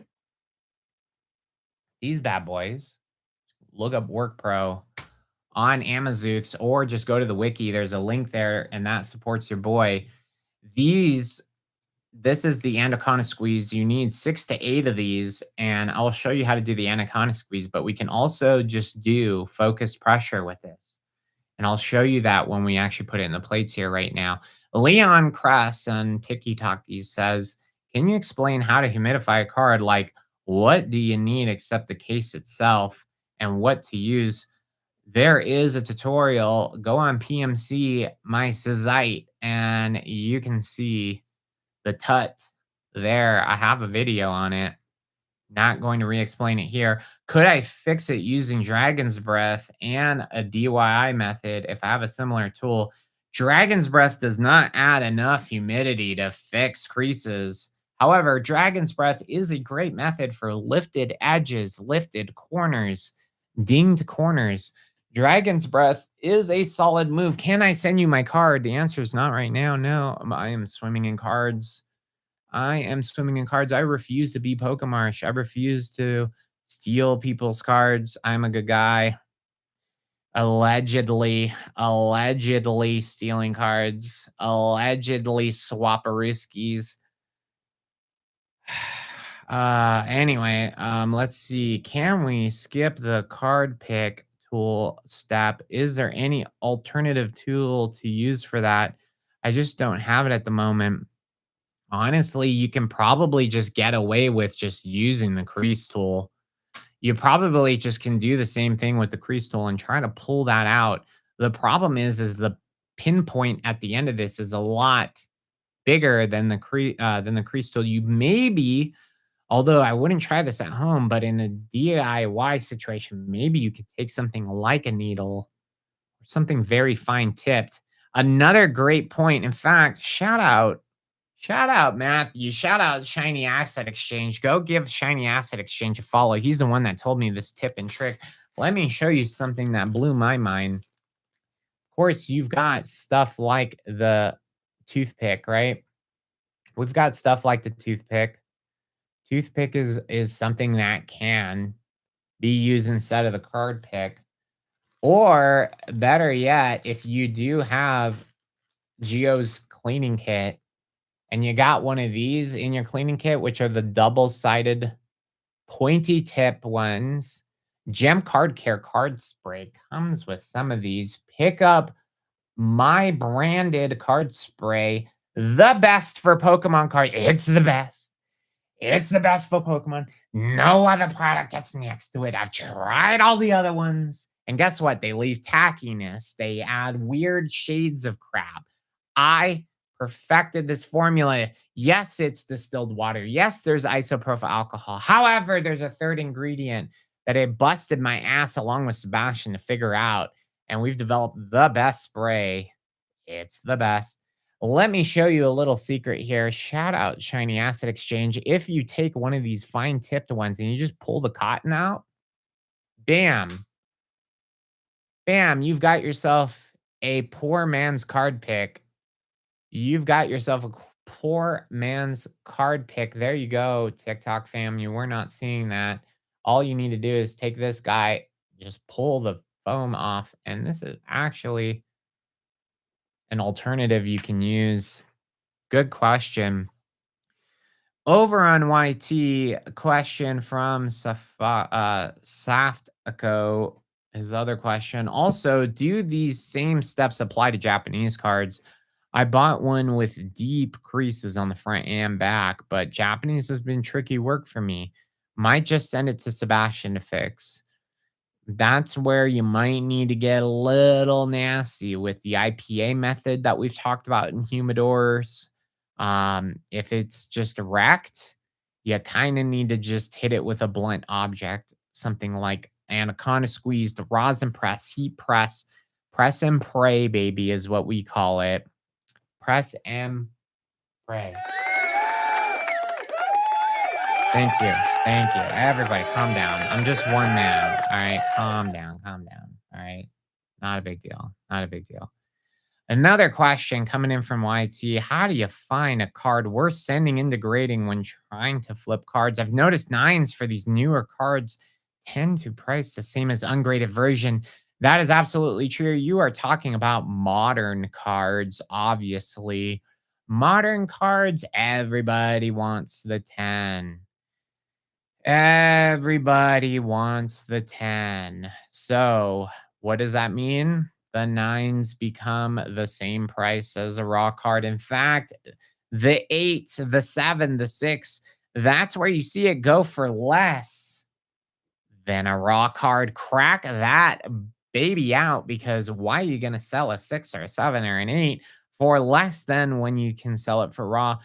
Don't know how to crack stuff? Don't know how to crack a slab? Go over on PMC. Go check out. I've got a slab crack kit. I've got a slab crack kit and instructions with an exclusive video. Crack that out, even nines in some cases. So, how do I find a card worth sending? I would highly recommend you head over, just look up Giovanni's card grading. Or was it? Here, I'll show you guys. This. Every time somebody does an order with me, they get this super top secret Giovanni's grading guide. It's a 400-page guide. 400,000 page guide on exactly what to look for when grading cards. Go check it out. It is free. It's out there. You just need to look up Giovanni's grading guide. Not hard to find. It is an amazing piece of work that I spent months on, and that will answer your question in more detail. How do you find cards to repair? Card shows, eBay, collections on OfferUp, etc. You just have to know what to look for. Look for cards with little to no whitening. That is the key. All right, I think we're caught up on questions here. Now let's move on. So the final steps here. We need to flatten the card. We need to flatten the card, which means we need to dry the card. And we can't just throw it into the plates like this right straight off the gate. Why? Well, we don't want the card to come out wonky, right? We don't want the card to come out wonky. So what I like to do is we're going to take the card out. We're going to take the card out. And what I'm going to do is I'm going to let the card slowly dissipate the moisture. And we want the card to be we want the card to be all like not. This is a little too tacoed still. We want it to be a little bit more out, something like that, and then bam, we're gonna put in the plates. If you take a card, you take a card like this, okay? Let's say you put in the plates and you pulled it out and it looked like this, okay? Super bent. Then let's say you throw it in the plates right away when it's super bent like this. When you put it in the plates, guess what happens? W action happens. You're gonna have a card that looks like this when you pull it out, where the middle is pushed in. That's because when you put a card that's like this in between plates, you'll see the card start to do that W inside the plates as you press it down, which is bad news. You are going to screw up the paper fibers and it is going to come out wonky. So again, if we're pushing it like this, weird stuff can happen, right? If the card's super bent. But if we just let it get down to something reasonable, then we run the risk of less edge wear. We run the risk of wonky drawing. So I'm going to leave that card out there. Let's switch gears. Let's talk about the Mewtwo Gold Star. And by the time we're done talking about this, we'll be ready to put the Magikarp into the press. Let's set that one off aside. So here we have Rocket Collect, Humidity Holder. Shout out Rob, the freaking man. Thank you for the follow, Poke Justice. I appreciate you. I want to learn to restore. Check out Cardboard Alchemist, Poke Justice, the #1 card restoration podcast out there. We've been running it for over a year. Religiously releasing 2 episodes every week, a public episode and a Patreon episode. Some people say we are gatekeeping, but all of our methods go publicly eventually. If you want cutting edge information, though, you need to be in the page. You need to be in the page. But we do like to be an open book. I've been answering a bunch of questions that are Patreon only information, but I'm throwing it out there. Where do you buy the paint? You don't. Do not paint your cards. That is a big misconception. Your card's not going to get graded. You're just painting your card. You might as well just grade the card as is and get the grade that you're going to get. Don't be coloring stuff, dude. Let's see. Oh my gosh. I think we might have some trolls in the YouTube chat. Do we have trolls in the YouTube chat? I think we do. How do you find cards to prepare? We already answered that one, dude. Sorry if I reread that. And of course, Instagram sleeping. Nobody asking questions in Instagram. Nobody asking questions in Instagram. TikTok is lighting it up in here. Watch every single public episode so far. Love it. Gaff4, hit me up. I think I messaged you, but I'm giving you a free month of the Patreon. I'm giving you a free month of the Patreon. What does that include? It includes access, full access to the wiki. It includes secret Discord channels, super secret Giovanni Hideout Discord channels where you, me, and a bunch of homies talk about some super dank topics, cutting edge stuff, as well as a free episode every week of exclusive deep dives such as the rosin press, which we're talking about this week, and getting rid of creases in under 15 minutes. Check out the Patreon. This is a ever-changing industry, ladies and gentlemen. This is an ever-changing industry. I have fixed it. He's right. JSNYD has seen my video on the whitening thing. But if you listen to it, I say don't do it. If you're asking if I've sent in stuff for grading that I've fixed whitening, the answer's fuck no. I have never sent in a colored card to get graded because I'm not a shitbag. Sorry for the bad language, ladies and gentlemen. Sorry for the bad language. I have a feeling I have trolls in the chat. Hey, have you yeah, sorry about that. Rereading it. Yeah, but it's experiment. Yeah. Okay. So let's talk about the Mewtwo Gold Star here. Let's talk about the Mewtwo Gold Star. Have you ever worked on card ass prism card stickers? Yes, the fronts are very finicky. Be very careful about polishing those. I would only use card spray. I would only use card spray on those. Maybe you could use a little bit of hyper potion on it, but definitely not the back. The back is paper on those, and they come apart fairly easily. Could care less about the money. I'm just a collector. Then feel free. There's a lot of information out there. You could use a colored pencil. You could use paint, I guess. The problem is one day when those cards wind up in somebody else's hands and they submit those off, they're gonna get an altered grade and be upset. So that is the argument, and I guess I don't blame them. However, it is a free country. You can do what you want. I apologize for using the bad language. I think my son is in the chat. Sorry, bud. You already know your boy doesn't have a filter. All right, let's talk about the Mewtwo. Talk about the Mewtwo. So this dude sent me 2 cards, and the only thing wrong with this freaking card is when I pulled it out, I just noticed that it kinda had this look to it. Almost like somebody else worked on it before I did, which is hilarious. Like, a lot of restoration people, the best, like, the big, like, "Oh, flaxes.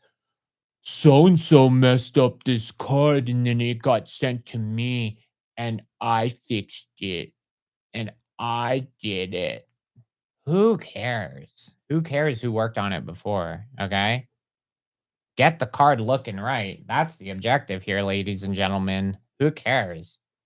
The card looked like this when it was sent to me. I could care less what happened to it if it was just natural moisture damage, heat, excessive heat, or somebody truly did work on the card and didn't flatten it right. Whatever the case is, who cares? We're going to fix it. So this Mewtwo, I knew we could do this. Let me show you guys, and I talked about this in the page, but I'll show it to you anyway because you guys are hanging out with me. You guys are hanging out with me. So I'm going to show you a pretty sweet tool. Devious Devices. Shout out Devious Devices. What is this? What is this tool? What is this tool? I'll show you. You put a card, and let's say we have a bend. Card's bent, right? Card's bent.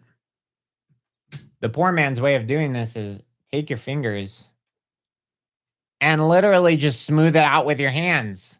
Why do you need to hydrate it? Why do you need to flatten it? Why do you need to do all this crap? Right? You don't always need to do this crap. However, when that doesn't work, that means the paper fibers are stuck, and that's when you need moisture. Start light, work your way up. What do I mean? Do things that are the least impactful to the card. Do the least impactful thing on the card to try to fix the damage. If it doesn't work, that's when you ramp it up.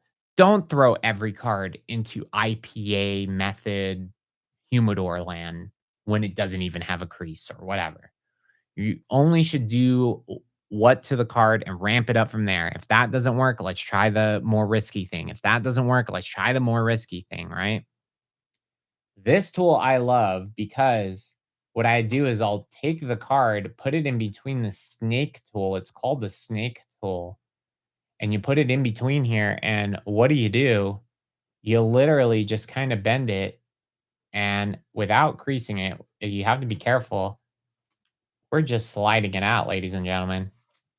We're flattening the card using something as simple as 2 pieces of metal. You can do it with your fingers too. I used to do that before I purchased the snake tool. There's nothing wrong with it. Now the card's flat. Now the card's flat. We didn't have to use anything. Boom! Altered. Oh my gosh.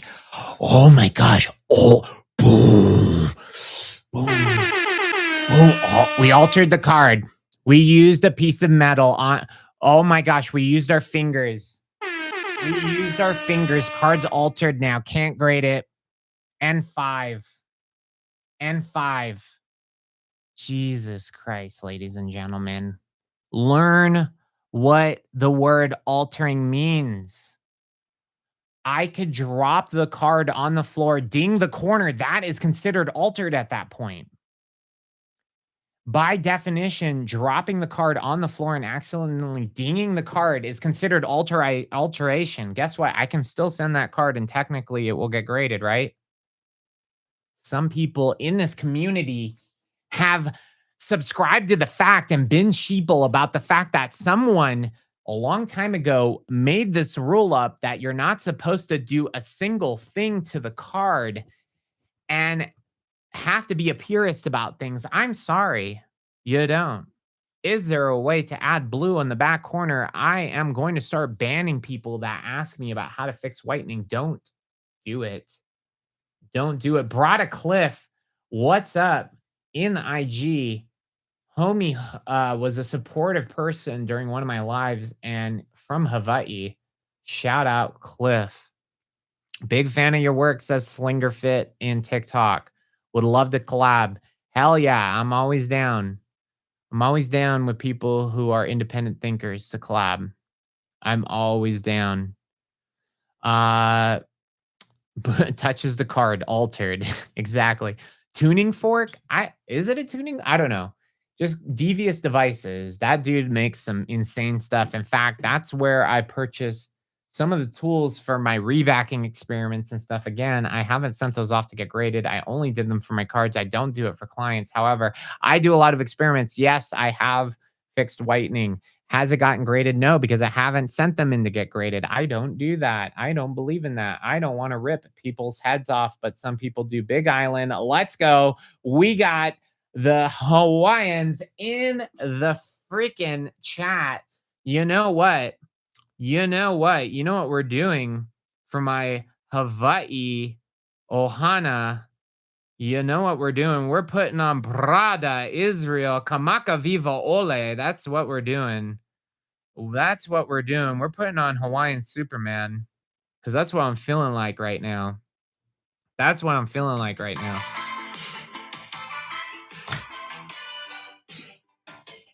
That's what I'm feeling like. Okay, so the Mewtwo Gold Star. It was all wonky. We used hydration phase inside the humidor. We let it sit overnight in the Rocket Collect humidity holder. That way it didn't collect too much humidity, right? We don't want the card to taco in this case. There was no creases. The card was just wonky looking. This, when you put it into a Rocket Collect humidity holder and you let the thing absorb moisture, those paper fibers are doing the hard work for you. And the fact that it's being held with some space, allowing it to suck up some moisture, it allows the card to balance itself out. So what do I mean? When we go to flatten this card, we don't need to put a lot of pressure. We're literally at this point, we just need to dry the card. This is a perfect candidate for the heat press. We can pre-wick the card. We can put it in between a book for an hour or two and then stick it in the heat press. We could just put it in between plates and leave it there for a week and every day just periodically move around the vices and let the card breathe a little bit. There are a bunch of different ways you can fix stuff. 32 people on the TikTok. Let's go. We're running it up. 20 people on IG, on YouTube, and 10 over on IG. I love it. Thank you so much. Run it up. Send this out to people. Smash the like button. Smash the like button. Ohana means family. Absolutely. Trust God 77 knows what's up in the TikTok live studio. First time here. Never watched a card get fixed. This is awesome stuff, man. Good art, looking clean. Thank you for the services you provide. Subs so I can learn a thing or two or three. Heck yeah. Totally awesome for subscribing on YouTube. I appreciate you. How would you do the larger cards with creases? Are you talking about jumbo cards? How much to restore a Block Star promo? I'm not taking any more cards at the moment, Kyle. Stay tuned or reach out to Poka Cleaning Shop. He can hook you up. His queue is always open, baby. He's ripping through hundreds of cards a week. Shiny Acid Exchange also fixing stuff at the moment. I am capped out. Your personal experience, what is the estimate percentage if you had to guess for rejection because of the heat press? I don't know what you mean by that. Are you saying rejection from grading companies? If that's the case, very little. I've never really, there's zero issues with the heat press. Yeah. There's really, I mean, unless you go too high, don't go over 140 and be careful of using like direct like metal on the card because that can like splinter the paint. But if you get the stack right, again, stack's super simple. You can look it up. It's on the wiki. It's on our Patreon. It's everywhere. You can find it. Basically, just make sure you don't go too hot. You don't want to splinter the paint because, yes, they could zoom in and see that. England winning the World Cup. Not the World Cup per se, but winning and beating France. Oh, let's go. At least that's what I thought I just read.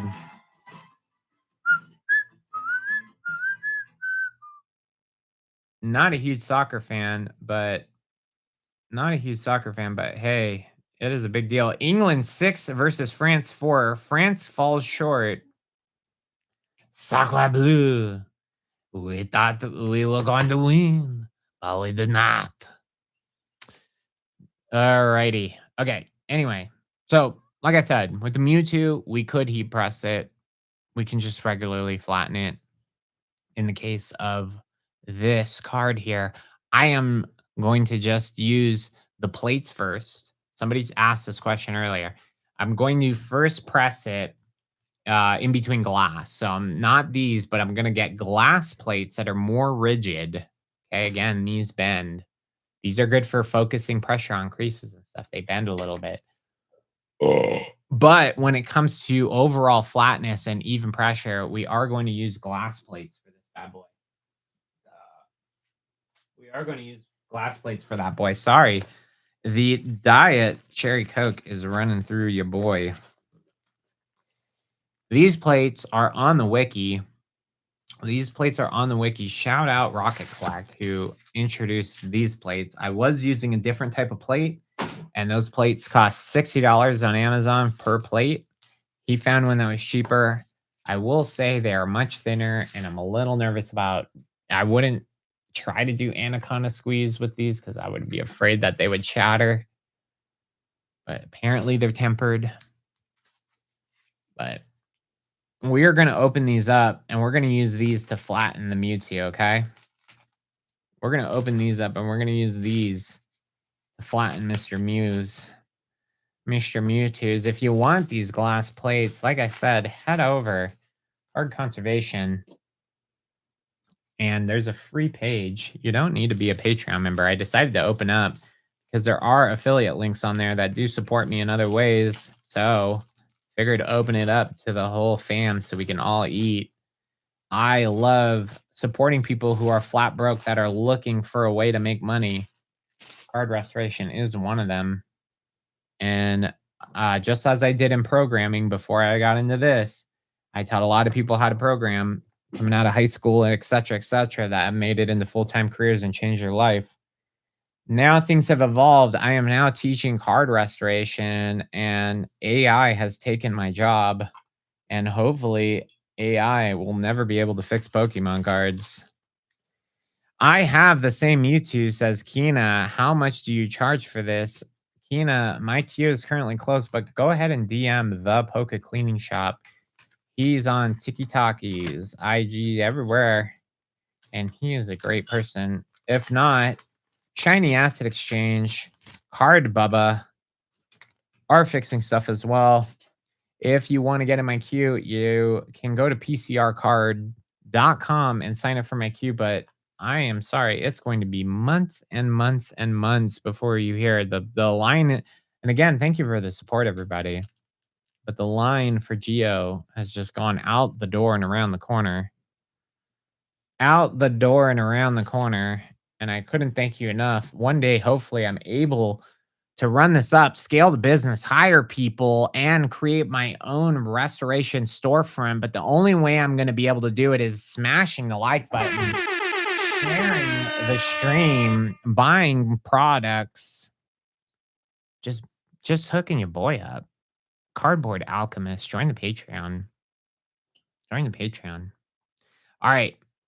So, like I said, with this, and somebody asked earlier, how can I avoid whitening with the Rocket Collect Humidity Holder? Yes, you can slide a card in and out, but don't forget the Rocket Collect Humidity Holder opens up. You can open it up. It's magnetic. Okay. We don't have to pull a curved card out of here and scratch the crap out of the edges. We can just pop it open. Rocket Collect with the innovative tool here, patent pending. Shout out Rob. He's been super busy at work. He's been dormant dark. Bro fixed a first edition Charizard for $250. Got it from a 4 to a 8.5. Tens of thousands of dollars increased value for his client, charged him $250 only. And I just can't believe it. I can't believe it. I told him he needs to charge more. Anyway, shout out Rocket Collect. You can pick these up. Just look them up. I have them on my Zizzy site and other cool places. All right. Sorry, I'm getting kind of weird. It's getting kind of wonky here. We're almost done. We're gonna pause for a second. Once I get done with this one, and then we'll do the Magikarp. Then we're gonna end it. And guess what, baby? If you want to rip some pitch black with me, we're gonna do that at the end of the stream. We're gonna run a giveaway. We're gonna have some fun at the end. So stick around. Okay. So step number 1, inspect the card. Okay. Make sure you're not seeing any dust, specks of crap, because when we press this in here, we don't want to leave indents. We don't want to create a bigger problem. And then now we've got to put it back in the humidor and do the work all over again. Someone once asked, should I clean the card before or after? I would suggest you'll clean the card first. Then in between each step, wipe the card down with a microfiber cloth. My premium selection of microfiber cloths available in Giovanni's card cleaning kit, aka eyeglass wipes, AA wipes to be exact. Oh my gosh, he's gatekeeping. AA wipes, or pick it up at Giovanni's card cleaning kit. Either way, being super transparent because I love you guys. So step 1, I'm going to actually get some parchment. We're going to put the parchment down on the glass. I'm taking 2 pieces of parchment. I am OCD. What does that mean? It means I take everything into account. What does that mean? You can't use any parchment, ladies and gentlemen. If you shine a light through the parchment and you see any sort of dots or anything on your parchment, that will bleed onto the card. Take a light and just make sure you don't see any imperfections in the paper. Tons of the brown parchment out there have dots, fibers, freaking sticks. I don't even know, but I've seen major issues with that. The cat bite parchment is the way to go. And second OCD thing, note the grain. Of it. Okay? The grain matters because the back is going to slightly imprint that grain. We need to follow the grain, so we're going to go up and down just like that, and the card up and down like that. My plates are rectangle. I like the rectangle plates. Why? I made my own lane, ladies and gentlemen. Everybody was using the round plates. There is nothing wrong with those. Those are just fine. I just feel like a special snowflake and wanted to be different, so I did rectangle. Plus, it's a bigger shape of a card if you think about it. it's basically the size of a card blown up, right? So getting that quote unquote even pressure is a little easier because it's not round. That's just my thinking process. I see a dot on the card right now. I see a piece of something on the card right now, and we do not want to press this as is. So, like I told you guys earlier, we're going to take an eyeglass wipe, whatever, and we're just going to make sure we don't have crap on it. Are there other ways to do this? Yes, there are. You can pick up tools again, like on the wiki. There are things like this tool here. See this tool here, IG fam, TikTok fam, Wolfbox. Look up Wolfbox. You turn it on, you press a button, and it shoots air at a high rate of speed. Yes, the cards will fly off your desk. You need to hold them. What I like to do is I'll grab the card, hold it firmly in my hand like this. Okay. Hold it firmly in my hand like this and shoot on the card. There's a bunch of stuff on my desk, so I'm going to do it this way. Bam! No more dust on the card because it basically was a mini tornado. Little mini tornado for the card there. A bing, bang, boom. A bing, bang, boom. Okay. No more dust on it. Put the card down. We're going to put it face down. We're going to put it face down, and you're going to find out why here in a second. Smash the like button. Share the stream out to your friends. Tell them Giovanni is live for his first time showing people how to fix Pokemon cards. He's educating the community on why you shouldn't do things like coloring. He is going to be ripping at the end. If you could care less about card conservation, then just stick around because we are going to do some pitch black rips here in a minute. I am trying to find a clean piece of blotter. Another innovation that I brought to the space is the thick blotter. It's humidity storm to be exact. This thick blotter is proprietary in the sense of you can't just pick this up off Amazon, ladies and gentlemen. It took me a long time to find it. So what I'm trying to do is I'm going to take a nice dry. This one looks, nope, there's an indent on that one. We want to make sure that when we're using this, it is as flat as possible. This one looks good. So I'm going to take my blotter. I'm just wiping it off. You can just use a ton of parchment too. There's thin blotter out there. If you just look up flower blotter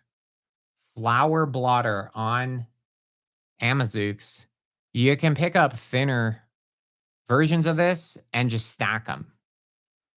However, you need to pay attention to this next step because even if you do that and you don't pick up the thick blotter from Homeboy, that's fine. I'm not telling you. See, that's the thing. That's the difference between me and a lot of restoration people, guys.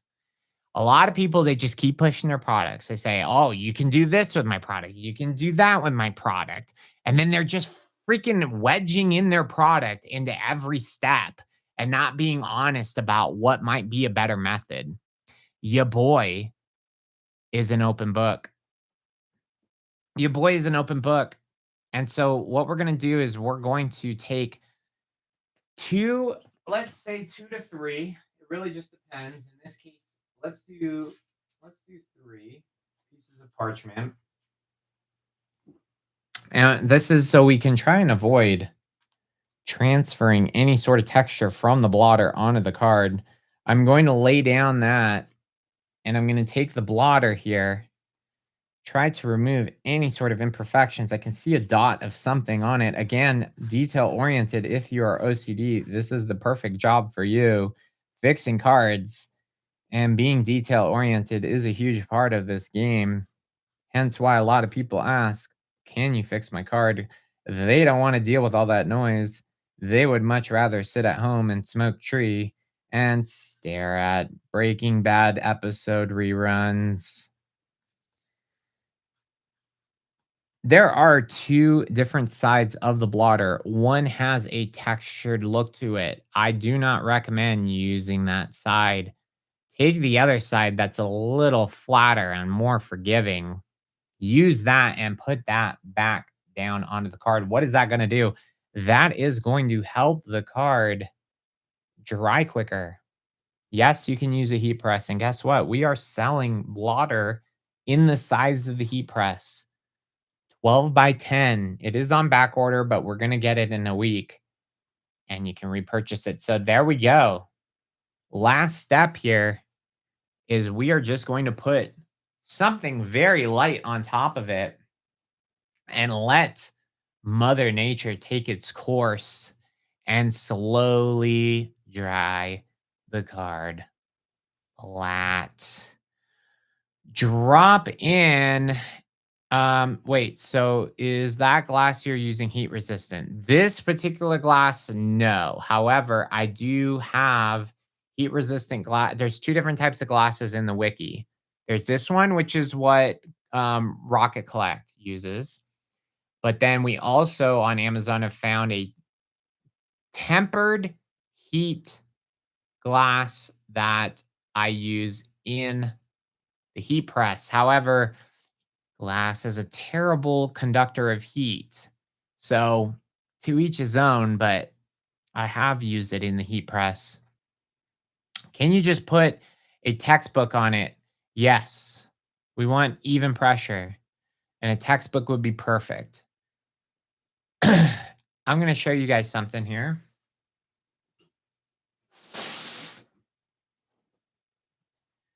I'm going to show something real quick. I have something like this. Again, this is wiki status. This is a piece of metal cut to 4x6. You can go to sendcutsend.com. Some other things have the same sort of deal, but basically this is just kind of a heavy piece of metal, right? And we're just going to lay it like this and put it on my shelf over here and let Mother Nature do its course. This card did not have any sort of creases or indents other than just a wonky bend. So we're not going to over-engineer it. We're not going to squeeze this guy too hard. We're just going to let it sit like that for a couple of days. Take a look at it. You can switch out the blotters as well. Some people like to switch out the blotters, and that's not a bad move. Every couple hours, switching out your parchment, switching out your blotter. That is not a bad move. Now I'm going to show you guys the anaconda squeeze method. Somebody earlier was asking, how do you get rid of water damage? We're going to talk about that. Does that soak up moisture, the blotter? Yes. Yep. It's dry cotton. And that's why it's called blotter. Sucks out the moisture, right? We want to get the moisture out of the card and into something else.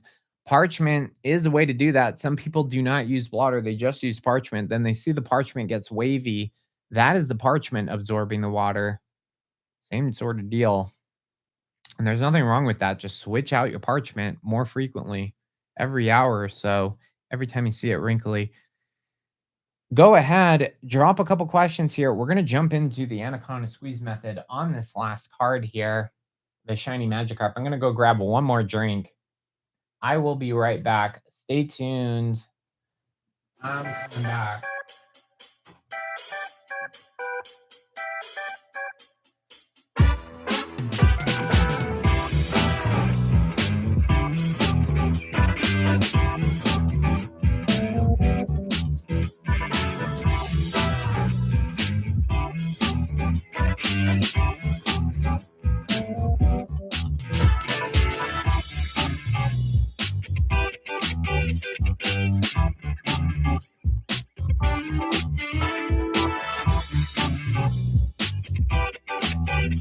All right.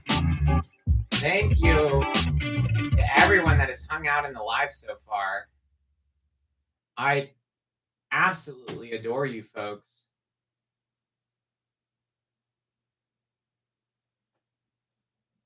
Let's do it. Let's talk Andy Condi squeezies. Let's talk Andy Condi squeezies. Let's talk about it. What is it?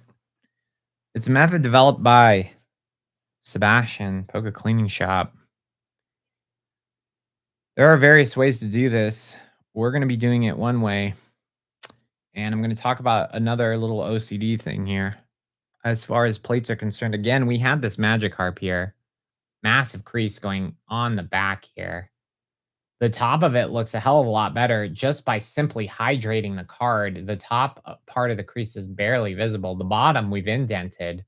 If you didn't see the card pick, the crease tools, and Giovanni's card tool in action, make sure you take a look at the live after I post it. Rewind, go back and rewatch it because we talked about a lot of detail oriented things that we talk about in Cardboard Alchemist and how to use those tools or how I like to use those tools. Again, I'm not saying you got to do it the way I'm doing.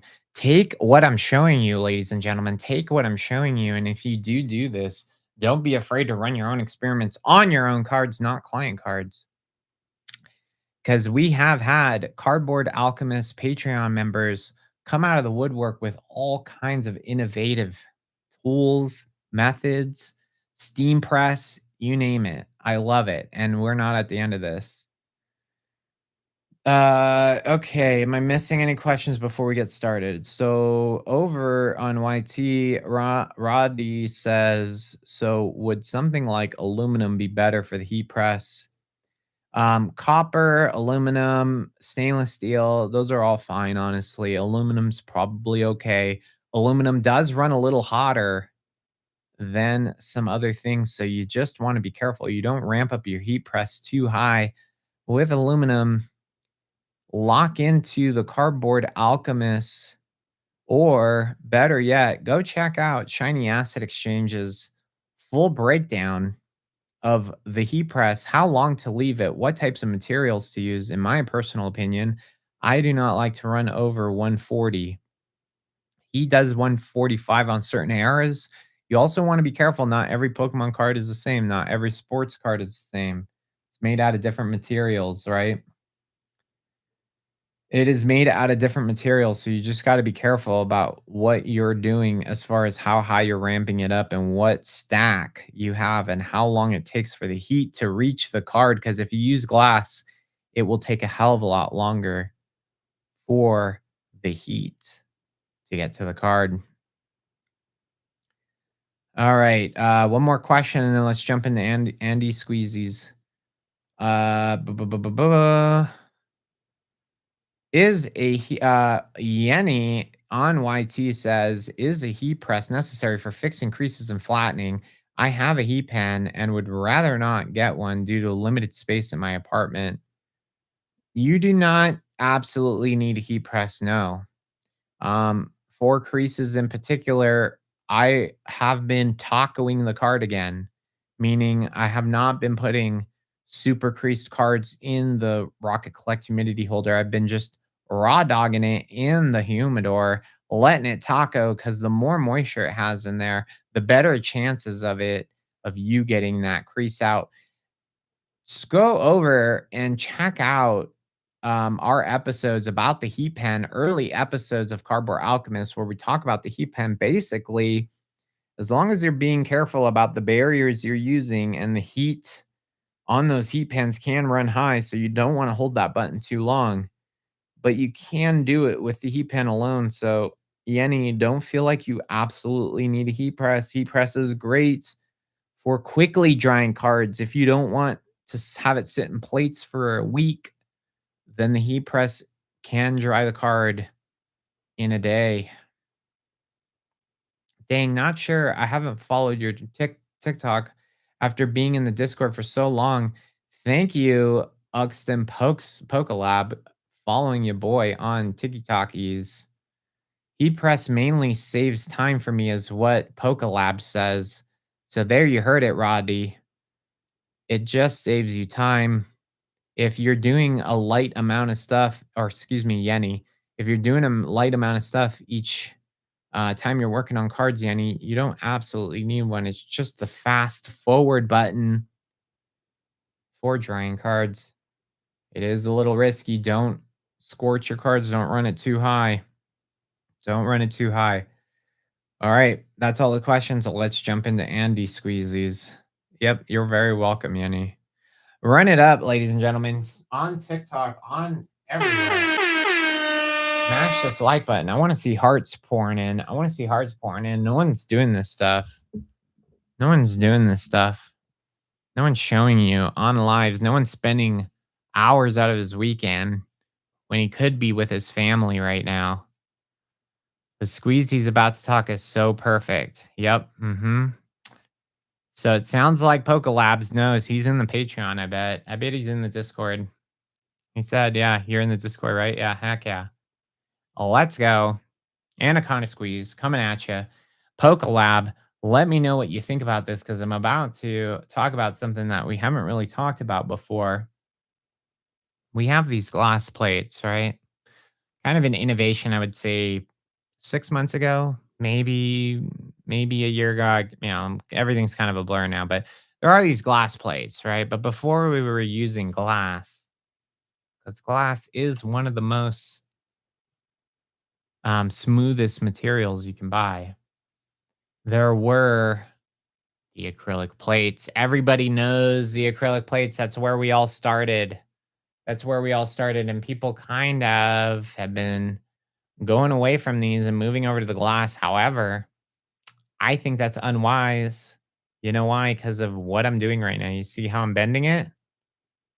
Acrylic has some give to it. If I take this piece of glass, I will shatter this glass, cut myself, and I might need one of you to call to help me if something bad, but that's why you can't bend the glass. We want to focus pressure on this crease. Okay? We want to focus pressure over this crease in order to flatten it. So I'm going to show you Anaconda Squeeze, but we're going to be doing it a little differently. We're going to be doing it a little differently, and I'm going to tell you why, but I'm going to show you the Anaconda Squeeze method here first, and then I'm going to jump into focused pressure. Shout out Mert, Card Conservation Convention. Card Conservation Convention talked about this. Focused pressure, Mert, the man. Follow your boy Card Baba. By the way, people ask me sometimes, hey, I can't, like, why is my parchment brown? Why is my parchment brown? I bought a flattening kit. Why are my plates brown? That's because you didn't peel the protective layer off of it. So that's all you need to do. I've literally gotten dozens and dozens of phone calls of people not realizing that there is a protective layer when you first get these from your boy's kit. There is a protective layer. You'd be surprised. Yeah, I know. Donovan creates, you'd be surprised how many people ask me this. One time when I first started selling these kits, a dude called me and he was upset. And he's like, it's not the same as the pictures. And I calmed him down. And he's like, I'm broke, man. I'm just trying to fix these sports cards. He started chilling out a little bit. I sent him a full refund and told him to keep the kit and just let you boys know about Giovanni, Poke Master Center, and Cardboard Alchemist. Hooking the boy up. I could tell he had 20 kids. He was probably living in an apartment and he's trying to provide a better future for his family. I fully refunded him and told him, do it. Grind, bro. Grind. Everybody calls Giovanni a bad guy. Everybody says Giovanni's a bad guy. No one even knows me. No one even knows me. People are hating without knowing people. And that is an unfortunate trait of the internet. Getting lots of comments of hate. We don't like that. We're all about positivity at Cardboard Alchemist. Now, mind you, I'm going to point out one thing here. We're using the acrylic, right? We're using the acrylic And I want to just tell you, as I put that parchment paper down onto that acrylic, as I put it down onto the acrylic, I could feel the parchment paper sticking right to it. That's called static electricity, ladies and gentlemen. 100 years ago, they may have said that static electricity was the damn devil, but it is a natural byproduct of certain materials, such as plastic, that it can pull in dust, lint, and make your cards have an indent of whatever imprints on it. Be very careful. Wipe your plates, especially acrylic, before you reuse them. Throw away the acrylics once they get all scratched up and buy some more. Go to the wiki for the link. Just be careful with that because that has bitten me and still to this day bites me, which is why I need you guys to run it up so I can have a dust-free laboratory one day where you guys can come down, drop your stuff off in person, say hi to your boy, take a selfie, and get your stuff fixed. But I am nowhere near that. I am nowhere near that. I still have a full-time job. I'm not making enough money off of this to quit. So if you want your boy to go full time and help the whole gang eat, run it up, run it up. All right. So, step two, we've now got the card here, and we talked about the card pick. We talked about how to prep the crease. Okay. And a kind of squeeze, focused pressure. Let's put the card down there. We're taking more parchment, 2 layers. You can do 3. You can do whatever. We're taking a fresh plate. That way we don't risk dust getting in here. Giovanni is working on other people's cards right now, and we don't F around when it comes to other people's cards. My own cards, you would cry at the things I've done. In fact, go check the in-person episode. I believe it's episode 56. Me and Sebastian talk about a card that I purchased, that I racked.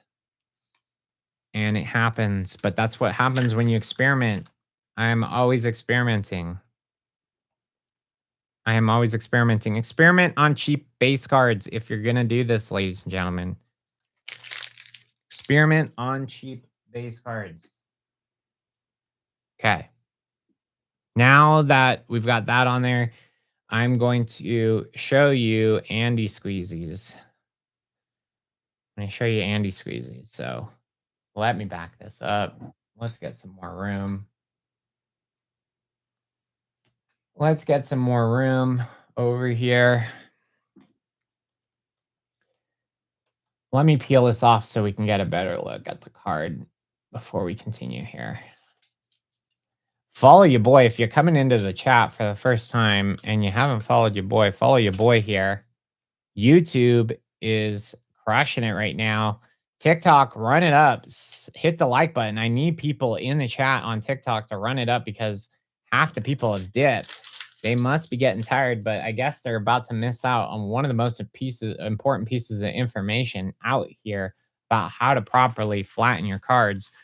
Me and Sebastian paid over, what was it, $200, I think, to a professional art and photograph conservation expert out of San Francisco Museum. And we paid her for her time to explain conservation methods that could be applied over to the card trading industry for restoration because they have been doing this a hell of a lot longer than we have. The card restoration thing is really only about 5-6 years old. Art restoration, photograph restoration, paper conservation, those things have been around for a very long time. Why not pull important pieces of information from them over to what we're doing? So we did. Forked it up. She was a wealth of information. And basically, one of the most important things she said, after you humidify a card, even pressure helps you get a nice flat piece of material. However, when it comes to creases too, we do need a lot of pressure over that spot. Anaconda squeeze kind of covers the whole gamut here. Anaconda squeeze covers the whole gamut. we are taking Work Pro 150 pound, and what we're going to do, I'm going to show you the Anaconda Squeeze first, and then I'm going to modify it ever so slightly and explain why. So let me grab the rest of my Work Pro vices over here. The Anaconda Squeeze method, invented by my good friend and confidant, Sebastian, Poke Cleaning Shop. Send your cards to him if you do want to get something fixed ASAP. I try not to have excess materials laying out. I'm just going to go ahead and rip this excess off. There we go. Goodbye. Anaconda Squeeze basically means even pressure over the entire card. What we're doing is I'm going to clamp the card. I am not pushing hard yet. I am not squeezing this as hard as I can yet. Why? Because we don't have even pressure yet. Right now, only the bottom of the card has vices over it. If we start squeezing super hard, we will get a wonky ass card when we take it out. Little devils in the details. The devil's in the details, baby. Just all we're doing is that regular parchment paper. No, it is not regular parchment paper. It is cat bite parchment paper. Bleached to be specific. No imperfections in the paper. No dots of crap. No little things. You can pick it up on Amazooks, or better yet, support your boy. Card Conservation. Kazam. Click on Essential Tools, a giant list of tools that your boy has the links to on Amazookies. Affiliate links to support your boy. The price does not change for you using those. That is just a bypass product that allows me to continue to do what I'm doing and hopefully one day go full time and then eventually buy out PSA and actually turn it into a good company. And actually turn an evil company, Sith Lord, evil empire company, into a Jedi-based light source. Run it up, TikTok. Run it up, Instagram. Run it up, YouTube. Right now, YouTube winning. TikTok in second place and IG in third, which is surprising. Over 60,000 followers on IG. And apparently, IG's discoverability algorithm sucks major bizzles. Jedi Knights, I love it. TikTok, run it up. I'm seeing hearts pour through on TikTok. Thank you so much, guys. Yoda would be proud. Flatten the card, you will. Okay. This is Anaconda Squeeze. Okay. This is Andy's. This is Andy Condi's. Okay. Invented by Sebastian. My best friend and confidant. What we've done is we've covered the card almost completely. We can still see a little sliver. It's sticking out there. I do have two more Work Pros over here somewhere if we wanted to cover the whole thing. I do know Sebastian uses 8. I've been using 6. Personal preference. Really just depends on what your goals are and what your personal preference is. But I use 6. What I like to do is I like to line them up over the entire card. And then that's when we're going to squeeze these bad boys down. Again, we're using the acrylic. Remember, guys? Remember I said I'm using acrylic, not the glass for this because this has a fat crease going down the middle. I'll explain why here in a minute. We're about to get back into the detailed. I should be charging for this information. You guys are getting it for free on a beautiful Saturday. Don't forget, episode of Cardboard Alchemist dropping on Monday. Go to YT, subscribe to your boy there. Subscribe to your boy. This is how I like to do Anaconda Squeeze on my cards. I'm going to show you a couple of things here that may not be completely apparent unless Geo explains it. Yeah, so there's these gaps here. Okay. Nothing wrong with that. There's nothing wrong with that. Sebastian runs them next to each other and he runs 8. That's completely fine. However, in this case, We are using acrylic and not glass. Why? There's a fat crease going down the card like this right here. You guys remember, right? Okay. Take one of these work pros and I want you guys to do a little experiment at home. If you guys do card restoration, I want you to follow along with me. Grab one of these, open it up. Okay. Open it up. Stick your finger in. Don't clamp it super hard. Just stick your finger in. Okay. I want you to feel where the pressure is coming from. I want you to feel where the most pressure is coming from. Okay. Maybe your hands, probably. Maybe right along the palm would be a better way to do this.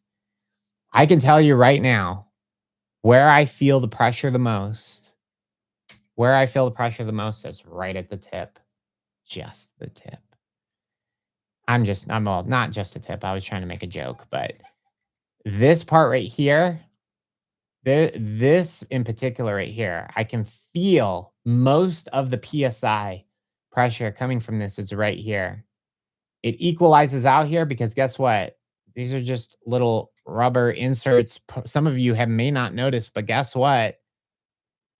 That is not connected to that. This is where your pressure is coming from. There is no pressure happening over here. Okay.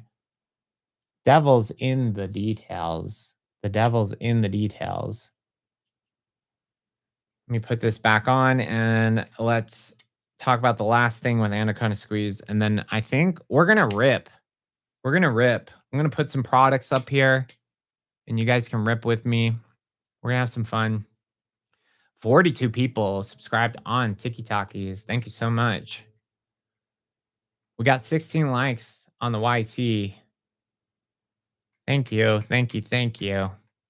Now that I've got the card in there, again, I didn't squeeze these super hard yet. Okay? I didn't squeeze these super hard yet. I just got them lightly on there. Now that we've evenly got them on there, now is where I'm going to take it and clamp them with a decent amount of force. 1, 2, and 3. Sometimes I like to go on the edge of my desk and just push the whole thing down too. Sometimes I just take the whole thing and I just go along the edge of the desk like this. Okay? And I literally just press down and get that even pressure that we're talking about that we want when we're doing the anaconda squeeze. This is just what I do.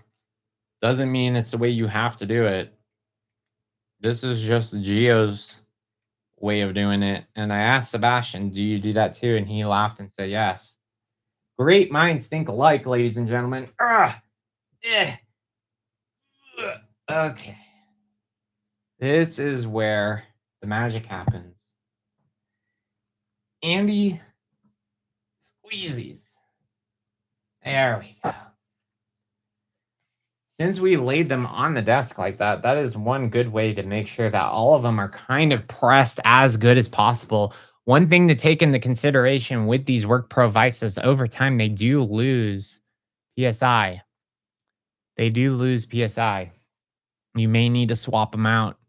You may need to get new ones. It just depends. If you start seeing less and less results, don't be afraid to switch to a higher pound one. These are 150. I have used the George. It's like it's spelled like JORGE on, but there's these clamp ones. I didn't bring it down because we're gonna save that for a separate live stream. But those have, I think, like 500 or something crazy pounds of pressure that you can apply. So, like another way of doing this would be taking like a high pressure vise, placing it right over the middle of the crease. However, don't be surprised when you pull it out, the card's going to be wonky. So then you don't need to just do one pass and you're done. Meaning, let's say you do focused pressure and the card comes out kind of wonky. You can put it back in the humidor, let it puff back up, and then do a light press, right? All's not lost. Somebody asked about texture earlier. Texture is a little different. We can use large penny sleeves I like to use photo sleeves. If you just look up 4x6 photo sleeves, they are for photographic pictures. They're a lot bigger, but they're basically massive penny sleeves. We can put the card into there, skip the parchment, and anaconda squeeze. That is a way of getting rid of orange peel, lizard skin. In that case, I would suggest using 8 of these in that case. The more pressure, the better. Texture is very difficult to get out unless you're using a lot of pressure. So just a heads up there. The glass won't break from the pressure.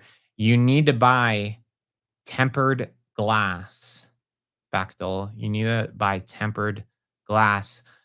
Going over here to the chat on YT, let me see here.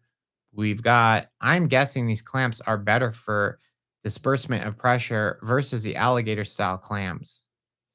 They have like a bigger surface area, right? So yeah, in some sense, absolutely, they're better in that case. When we were talking to the conservation expert, she uses diver weights. She buys diver weights and puts those on top of her plates when she's drying stuff. However, she's not dealing with crap like what we deal with.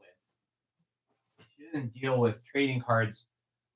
She does deal with photographs, which is why I hit her up, because photographs is about the closest thing we're going to get in the real conservation world to trading cards, is something like a photograph. And she mentioned that she uses diver weights, which is pretty interesting. I have bought them. I have used them. Nothing wrong with them, but you can go and buy a damn candle at Bed Bath & Beyond and get away with the same sort of pressure. It's just about how big the surface area of it is touching. She also mentioned, and this is contrary to kind of what we've been saying, but she prefers weight on the outside versus putting it directly on the material. But when it comes to things like getting rid of texture, you're gonna need to do something like this, right? You can use things like rosin presses too, or just whatever. But my rosin presses does run the risk of getting altered grades because you start to squish the paper fibers down so much that grading companies can tell that the black core on the edge is bleeding out and that you've done something sus to the card. Are you worried about card size changing? Clamping too much and the card becoming too flat?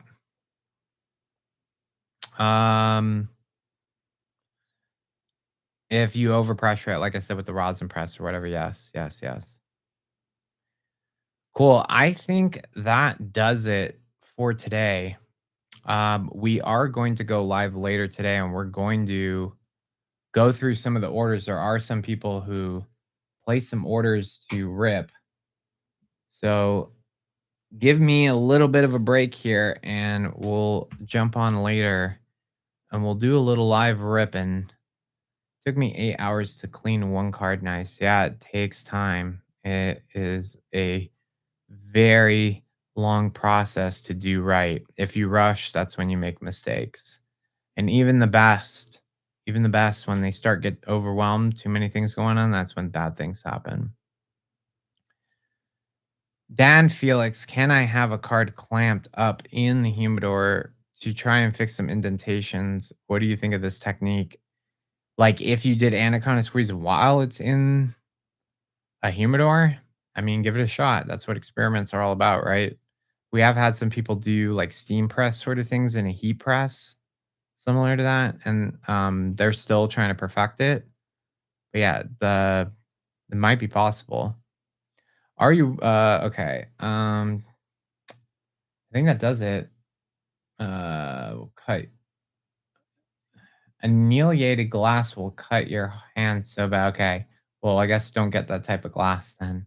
All right. Thanks, guys, for joining me on today's live stream. I appreciate everybody. We had a lot of fun. I will go live later. There was a couple of orders that we need to rip here, but I need some time to just chill out for a second and reboot. So thank you so much. Thank you for the follow, Bechtel. I appreciate you. And we will be back for another Giovanni's Hideout. Cheers, everybody. Have an amazing Saturday.